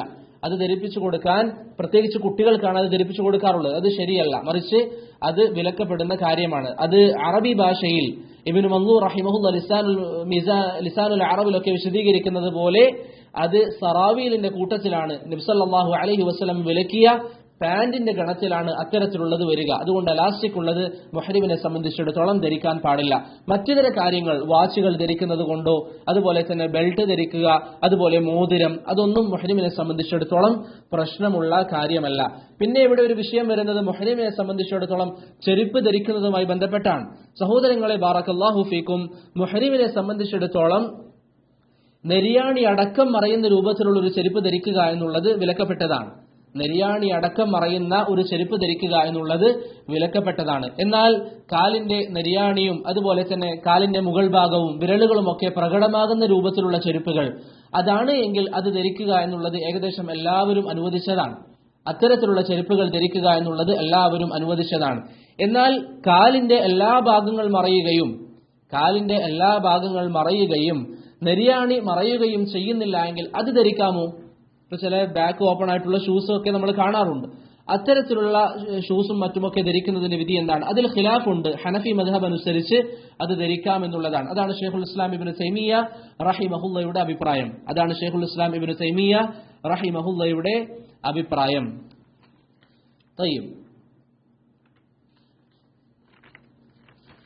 ഇവിടെ നമ്മൾ പറഞ്ഞ കാര്യം എന്താണ്? ശരീരത്തിന്റെ അളവിനനുസരിച്ച് തുന്നിച്ചേർക്കപ്പെട്ട വസ്ത്രം അത് ധരിക്കാൻ പാടില്ല. അതാണ് ഇഹ്റാമിൽ വിലക്കപ്പെട്ട കാര്യം. ഇപ്പോൾ എത്ര കാര്യങ്ങൾ നമ്മൾ പറഞ്ഞു ഇഹ്റാമിൽ വിലക്കപ്പെട്ടത്? 5. ഒന്നാമത്തേത് മുടി മുറിക്കുക എന്നുള്ളത്, രണ്ടാമത്തേത് നഖം മുറിക്കൽ, മൂന്നാമത്തേത് പെർഫ്യൂംസ് ഉപയോഗിക്കൽ, നാലാമത്തേത് തല മറക്കുക എന്നുള്ളത്, അഞ്ചാമത്തേത് ശരീരത്തിന്റെ അളവനുസരിച്ച് തുന്നിച്ചേർക്കപ്പെട്ട വസ്ത്രം ധരിക്കുക എന്നുള്ളത്. ഈ 5 കാര്യങ്ങൾ സഹോദരങ്ങളെ ഒരു വ്യക്തി ചെയ്യുകയാണ് എങ്കിൽ, ഈ 5 വിഷയങ്ങൾ ഒരു വ്യക്തി ചെയ്യുകയാണ് എങ്കിൽ അതിന്റെ ഫിദി എന്താണ്? വ്യക്തമായി മനസ്സിലാക്കുക. ഈ 5-ൽ ഒരു കാര്യം ഒരു വ്യക്തി ചെയ്തു, മനഃപൂർവ്വമാണ് ചെയ്തത്. അദ്ദേഹത്തിന് അത് ചെയ്യാൻ ഒരു കാരണമില്ല, അദ്ദേഹത്തെ സംബന്ധിച്ചിടത്തോളം ഒരു കാരണമില്ല, എന്നിട്ടും അദ്ദേഹം ചെയ്തു എന്ന് പറഞ്ഞാൽ, ഒരു വ്യക്തിയെ സംബന്ധിച്ച് അദ്ദേഹം പെർഫ്യൂം ഇഹ്റാമിൽ ഉപയോഗിച്ചു, മനഃപൂർവ്വമാണ് ഉപയോഗിച്ചത്. അങ്ങനെയാണെങ്കിൽ അദ്ദേഹത്തെ സംബന്ധിച്ചിടത്തോളം ഫിദിയ കൊടുക്കണം. അദ്ദേഹം പാപിയാണ്, അദ്ദേഹം തൗബ ചെയ്യണം, അദ്ദേഹം ഇസ്തിഗ്ഫാർ നടത്തണം, മനഃപൂർവ്വമാണ് കാരണമില്ലാതെ ചെയ്താൽ. രണ്ടാമത്തെ സാഹചര്യം, ഒരു വ്യക്തിയെ സംബന്ധിച്ചിടത്തോളം മനഃപൂർവ്വമാണ് അദ്ദേഹം ചെയ്യുന്നത്, പക്ഷെ അദ്ദേഹത്തിന് കാരണമുണ്ട്. അങ്ങനെയാണ് എങ്കിൽ അദ്ദേഹത്തിന് പാപമില്ല, പക്ഷേ ഫിദിയ കൊടുക്കണം. എന്താണ് തെളിവ്? കഅബ് ഇബ്നു ഉജ്റ റളിയല്ലാഹു അൻഹുവിന്റെ ഹദീസ്. അദ്ദേഹം നബി സല്ലല്ലാഹു അലൈഹി വസല്ലം തങ്ങൾ അദ്ദേഹത്തിന്റെ അരികിലേക്ക് വരുമ്പോൾ അദ്ദേഹത്തിന്റെ തലയിൽ പേന് നിറഞ്ഞ കാരണത്താൽ അദ്ദേഹത്തിന് പ്രയാസമുണ്ടായിരുന്നു. നബി സല്ലല്ലാഹു അലൈഹി വസല്ലം അദ്ദേഹത്തോട് ചോദിച്ചു, അദാക ഹവാമു റഅസിക്, നിന്റെ തലയിലുള്ള പേന് നിന്നെ പ്രയാസപ്പെടുത്തുന്നുണ്ടോ എന്ന് ചോദിച്ചപ്പോൾ അദ്ദേഹം അതേ എന്ന് പറഞ്ഞു. നബി സല്ലല്ലാഹു അലൈഹി വസല്ലം മുടി മുറിക്കാനും എന്നിട്ട് ഫിദിയ കൊടുക്കാൻ കൽപ്പിക്കുകയും ചെയ്തു. മുടി മുറിക്കാനും ശേഷം ഫിദിയ കൊടുക്കാൻ കഅബ് ഇബ്നു ഉജ്റ റളിയല്ലാഹു അൻഹുവിനോട് കൽപ്പിക്കുകയും ചെയ്തു. അതുപോലെ തന്നെ ഇവിടെ നാം മനസ്സിലാക്കേണ്ട മറ്റൊരു കാര്യം, ഒരു വ്യക്തിക്ക് അറിവില്ലായ്മ കാരണത്താലോ അല്ലെങ്കിൽ മറവി കാരണത്താലോ ഈ പറയപ്പെട്ട വിഷയങ്ങളിൽ എന്തെങ്കിലും ഒന്ന് ചെയ്തുപോയി. ഉദാഹരണത്തിന് ഒരു വ്യക്തി പെർഫ്യൂം ഉപയോഗിച്ചു, അദ്ദേഹത്തിന് അറിയില്ലായിരുന്നു ഇത് മുഹരിമിന് പാടില്ല എന്നുള്ളത്. അതല്ല എങ്കിൽ അദ്ദേഹം ആ രൂപത്തിൽ എന്തെങ്കിലും ഇഹ്റാമിൽ വിലക്കപ്പെട്ട കാര്യം അദ്ദേഹം ചെയ്തു, തലമറച്ചു. അങ്ങനെയുള്ള ഒരു സാഹചര്യത്തിൽ അറിവില്ലായ്മ കാരണത്താലോ മറവി കാരണത്താലോ അദ്ദേഹം ചെയ്താൽ അവിടെ അദ്ദേഹത്തെ സംബന്ധിച്ചിടത്തോളം ഫിദിയ ഇല്ല. മറിച്ച് എപ്പോഴാണ് ഓർമ്മ വരുന്നത് അപ്പോൾ അത് മാറ്റിവെക്കുക. എന്താണ് അതിന്റെ തെളിവ്? സഫ്വാൻ ഇബ്നു യഅല ഇബ്നു ഉമയ്യ റളിയല്ലാഹു അൻഹുവിന്റെ ഹദീസിൽ നമുക്ക് കാണാം, ഒരു അറാബി ജിഅറാനയിൽ നബി സല്ലല്ലാഹു അലൈഹി വസല്ലമയുടെ അരികിൽ വന്നിട്ട് ചോദിച്ചു, ഇഹ്റാമിന്റെ വസ്ത്രത്തിൽ പെർഫ്യൂം ഉപയോഗിച്ചിട്ടുണ്ടെങ്കിൽ എന്താണ് ചെയ്യേണ്ടത്? നബി സല്ലല്ലാഹു അലൈഹി വസല്ലം അത് ഓർമ്മ വന്നയുടൻ എഴിച്ചു കളയാൻ അല്ലെങ്കിൽ അത് മാറ്റിവെക്കാൻ നബി സല്ലല്ലാഹു അലൈഹി വസല്ലമ തങ്ങൾ കൽപ്പിച്ചു. അതല്ലാതെ ആ സഹാബിയോട് ഫിദിയ കൊടുക്കാൻ വേണ്ടി പറഞ്ഞിട്ടില്ല. അതുകൊണ്ട് തന്നെ മറവി കാരണത്താലോ അറിവില്ലായ്മ കാരണത്താലോ ഒരു വ്യക്തി പെർഫ്യൂം ഉപയോഗിക്കുകയാണ് എങ്കിൽ അദ്ദേഹത്തെ സംബന്ധിച്ചിടത്തോളം ഫിദിയ ഇല്ല. അപ്പോൾ മനഃപൂർവ്വം ചെയ്താൽ ഫിദിയ ഉണ്ട്, മറവി കാരണത്താലോ അറിവില്ലായ്മ കാരണത്താലോ ചെയ്താൽ ഫിദിയ ഇല്ല. അതാണ് അതിനെക്കുറിച്ച് പറയാനുള്ളത്. തയ്യിബ്,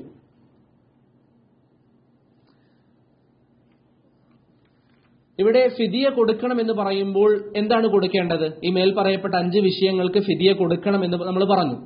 അതിൽ അടിസ്ഥാനം എന്താണ്? കഅബ് ബിൻ ഉജ്റയുടെ ഹദീസാണ്. അദ്ദേഹത്തോടാണ് പ്രവാചകൻ പറഞ്ഞത്, താങ്കൾ മുടി മുറിക്കുക, എന്നിട്ട് അതിന് പകരമായി താങ്കൾ ഒരു ആടിറക്കുക, അതല്ല എങ്കിൽ 6 പാവങ്ങൾക്ക് ഭക്ഷണം നൽകുക, അതുമല്ല എങ്കിൽ 3 ദിവസം നോമ്പെടുക്കുക എന്ന് കഅബ് ബിൻ ഉജ്റ റളിയല്ലാഹു അൻഹുവിനോട് പറഞ്ഞു. ഇതാണ് ഫിദിയ.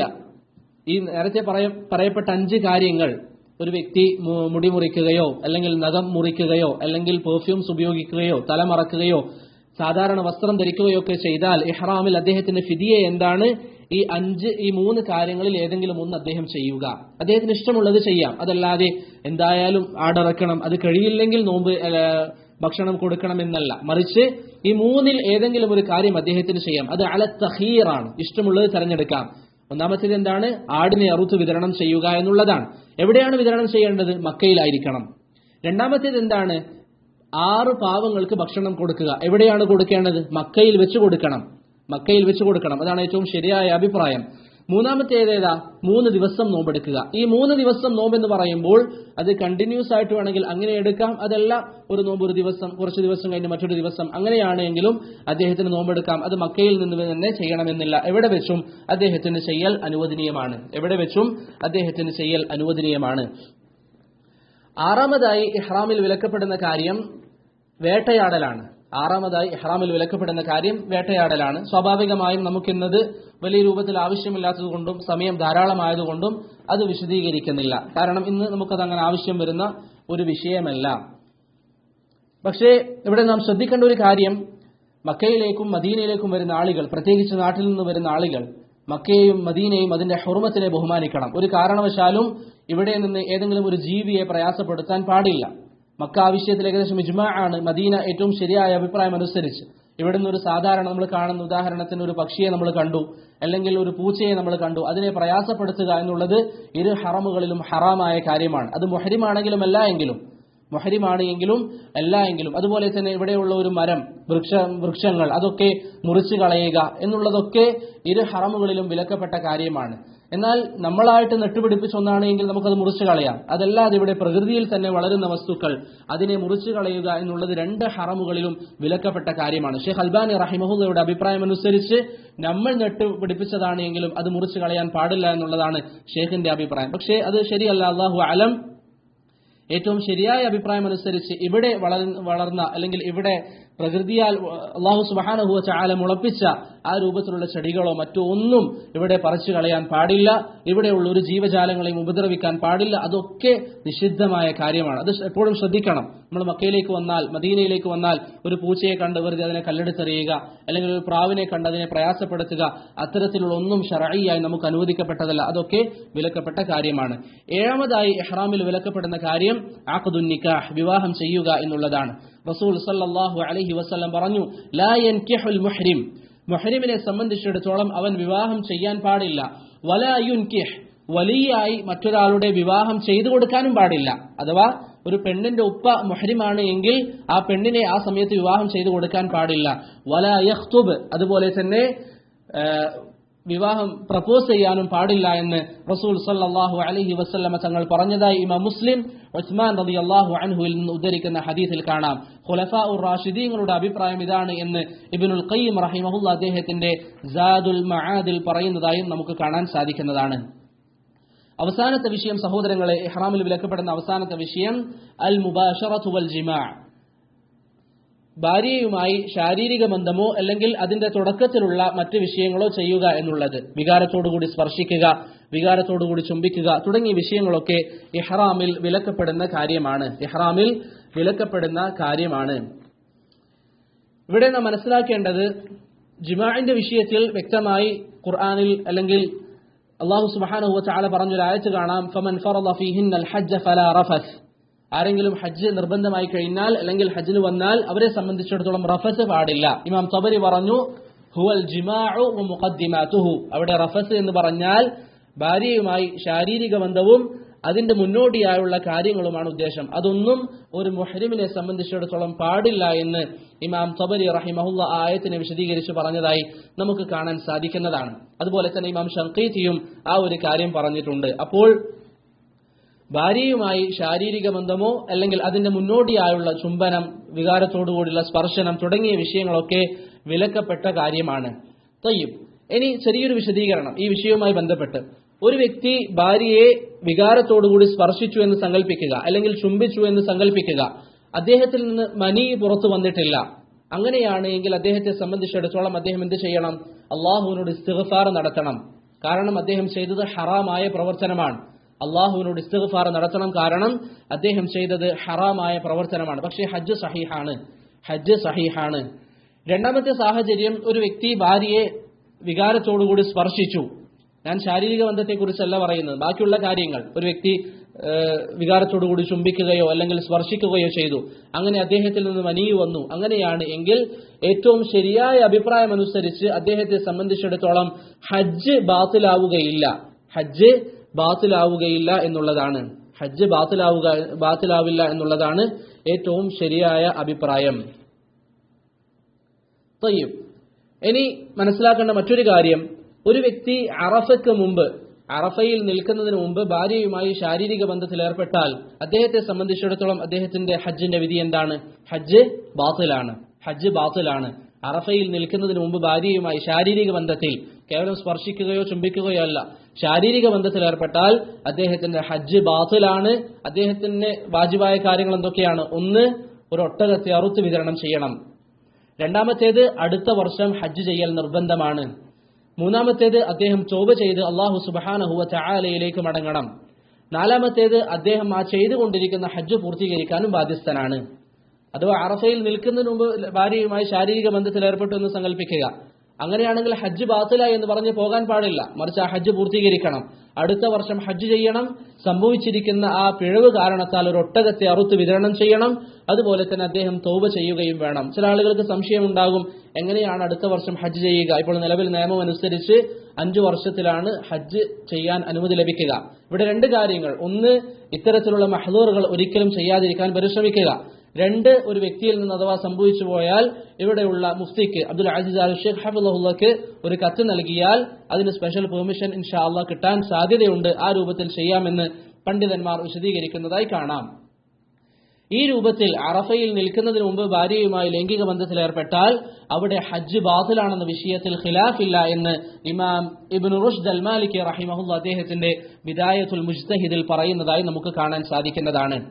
എന്നാൽ ഒരു വ്യക്തി അറഫയിൽ നിന്നതിന് ശേഷം ഒന്നാമത്തെ തഹല്ലുൽ ആകുന്നതിന് മുമ്പാണ് ശാരീരിക ബന്ധത്തിൽ ഏർപ്പെടുന്നത് എങ്കിൽ അദ്ദേഹത്തിന്റെ ഹജ്ജും ഫാസിദാകുന്നതാണ്, അദ്ദേഹത്തിന്റെ ഹജ്ജും ബാത്തിലാകുന്നതാണ്. അതാണ് ഭൂരിപക്ഷം ഉലമാക്കളുടെ അഭിപ്രായം.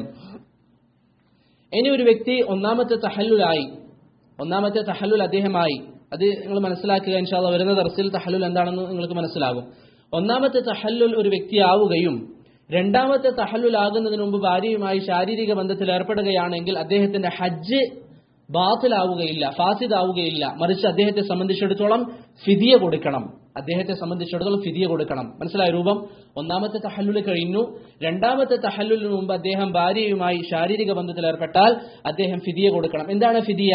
ചില പണ്ഡിതന്മാർ പറഞ്ഞു ആടാണ്, വേറെ ചില പണ്ഡിതന്മാർ പറഞ്ഞു ഒട്ടകമാണ്. അതാണ് ഏറ്റവും ശരിയായ അഭിപ്രായം. ഏറ്റവും ശരിയായ അഭിപ്രായം ഒട്ടകത്തെ ഫിദിയ കൊടുക്കണം എന്നുള്ളതാണ്.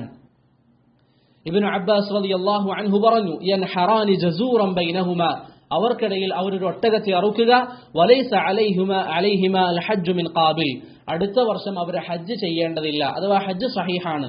ഒന്നാമത്തെ തഹല്ലുലിന് ശേഷമാണ് ജിമാഅ സംഭവിച്ചതെങ്കിൽ ഹജ്ജ് സഹീഹാണ്. പക്ഷേ ഒട്ടകത്തെ ഫിദിയായി നൽകണമെന്ന് ഇബ്നു അബ്ബാസ് റളിയല്ലാഹു അൻഹു പറഞ്ഞു. ഇവിടെ ചില പണ്ഡിതന്മാർക്ക് അഭിപ്രായ വ്യത്യാസമുള്ള വിഷയം ഒരു ഒട്ടകത്തെ നൽകിയാൽ മതിയാകുമോ അതല്ല 2 ഒട്ടകത്തെ നൽകേണ്ടതുള്ളൂ എന്ന വിഷയത്തിലാണ്. ബഹുമാന്യനായ അധ്യാപകൻ ഷെയ്ഖ് സുലൈമാൻ അർ-റുഹൈലി ഹഫിളഹുല്ലാഹ് പറയുന്നത് അവർക്ക് 2 പേർക്ക് കൂടി ഒരു ഒട്ടകത്തെ അറുത്താൽ മതിയാകുന്നതാണ്. അവർക്ക് 2 പേർക്ക് കൂടി ഒരു ഒട്ടകത്തെ അറുത്താൽ മതിയാകും എന്നുള്ളതാണ് ഷെയ്ഖ് സുലൈമാൻ അർ-റുഹൈലി ഹഫിളഹുല്ലാഹ് ഈ വിഷയവുമായി ബന്ധപ്പെട്ട് പറഞ്ഞിട്ടുള്ളത്. ഇതാണ് സഹോദരങ്ങളെ ഹജ്ജിന്റെ മഹ്ദൂറായ കാര്യങ്ങൾ. കുറച്ച് അധികം ദീർഘമായി, പക്ഷേ ഇൻഷാ അല്ലാഹ് ഇൽമിന്റെ സദസ്സാണ്. അല്ലാഹു സുബ്ഹാനഹു വ തആല നമ്മിൽ നിന്ന് സാലിഹായ ഒരു അമലായി ഇത് സ്വീകരിക്കുമാറാവട്ടെ. ഈ പറയപ്പെട്ട വിഷയങ്ങളിൽ ഏതെങ്കിലും സഹോദരങ്ങൾക്ക് സംശയങ്ങൾ ഉണ്ടെങ്കിൽ ഇപ്പോൾ ചോദിക്കാം. ഇൻഷാ അല്ലാഹ് വരുന്ന ദർസ് ഞാൻ പറഞ്ഞതുപോലെ ചൊവ്വാഴ്ചയോ അല്ലെങ്കിൽ വ്യാഴാഴ്ചയോ ആയിരിക്കും. അന്ന് ഹജ്ജിന്റെ രൂപമാണ് നമ്മൾ പറയാൻ ഉദ്ദേശിക്കുന്നത്.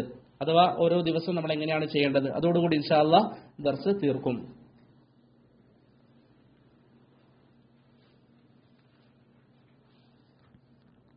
തയ്യിബ്, ഇവിടെ സമയം വന്ന് വൈകി ഇനി ആർക്കെങ്കിലും സംശയങ്ങളുണ്ടെങ്കിൽ വാട്സപ്പിലോ മറ്റോ രൂപത്തിൽ നിങ്ങൾക്ക് ഇൻഷാ അല്ലാഹ് കോൺടാക്ട് ചെയ്യാം. അല്ലാഹു സുബ്ഹാനഹു വ തആല നമുക്ക് ഏവർക്കും നാഫിയായ ഇൽമു നൽകി അനുഗ്രഹിക്കുമാറാവട്ടെ.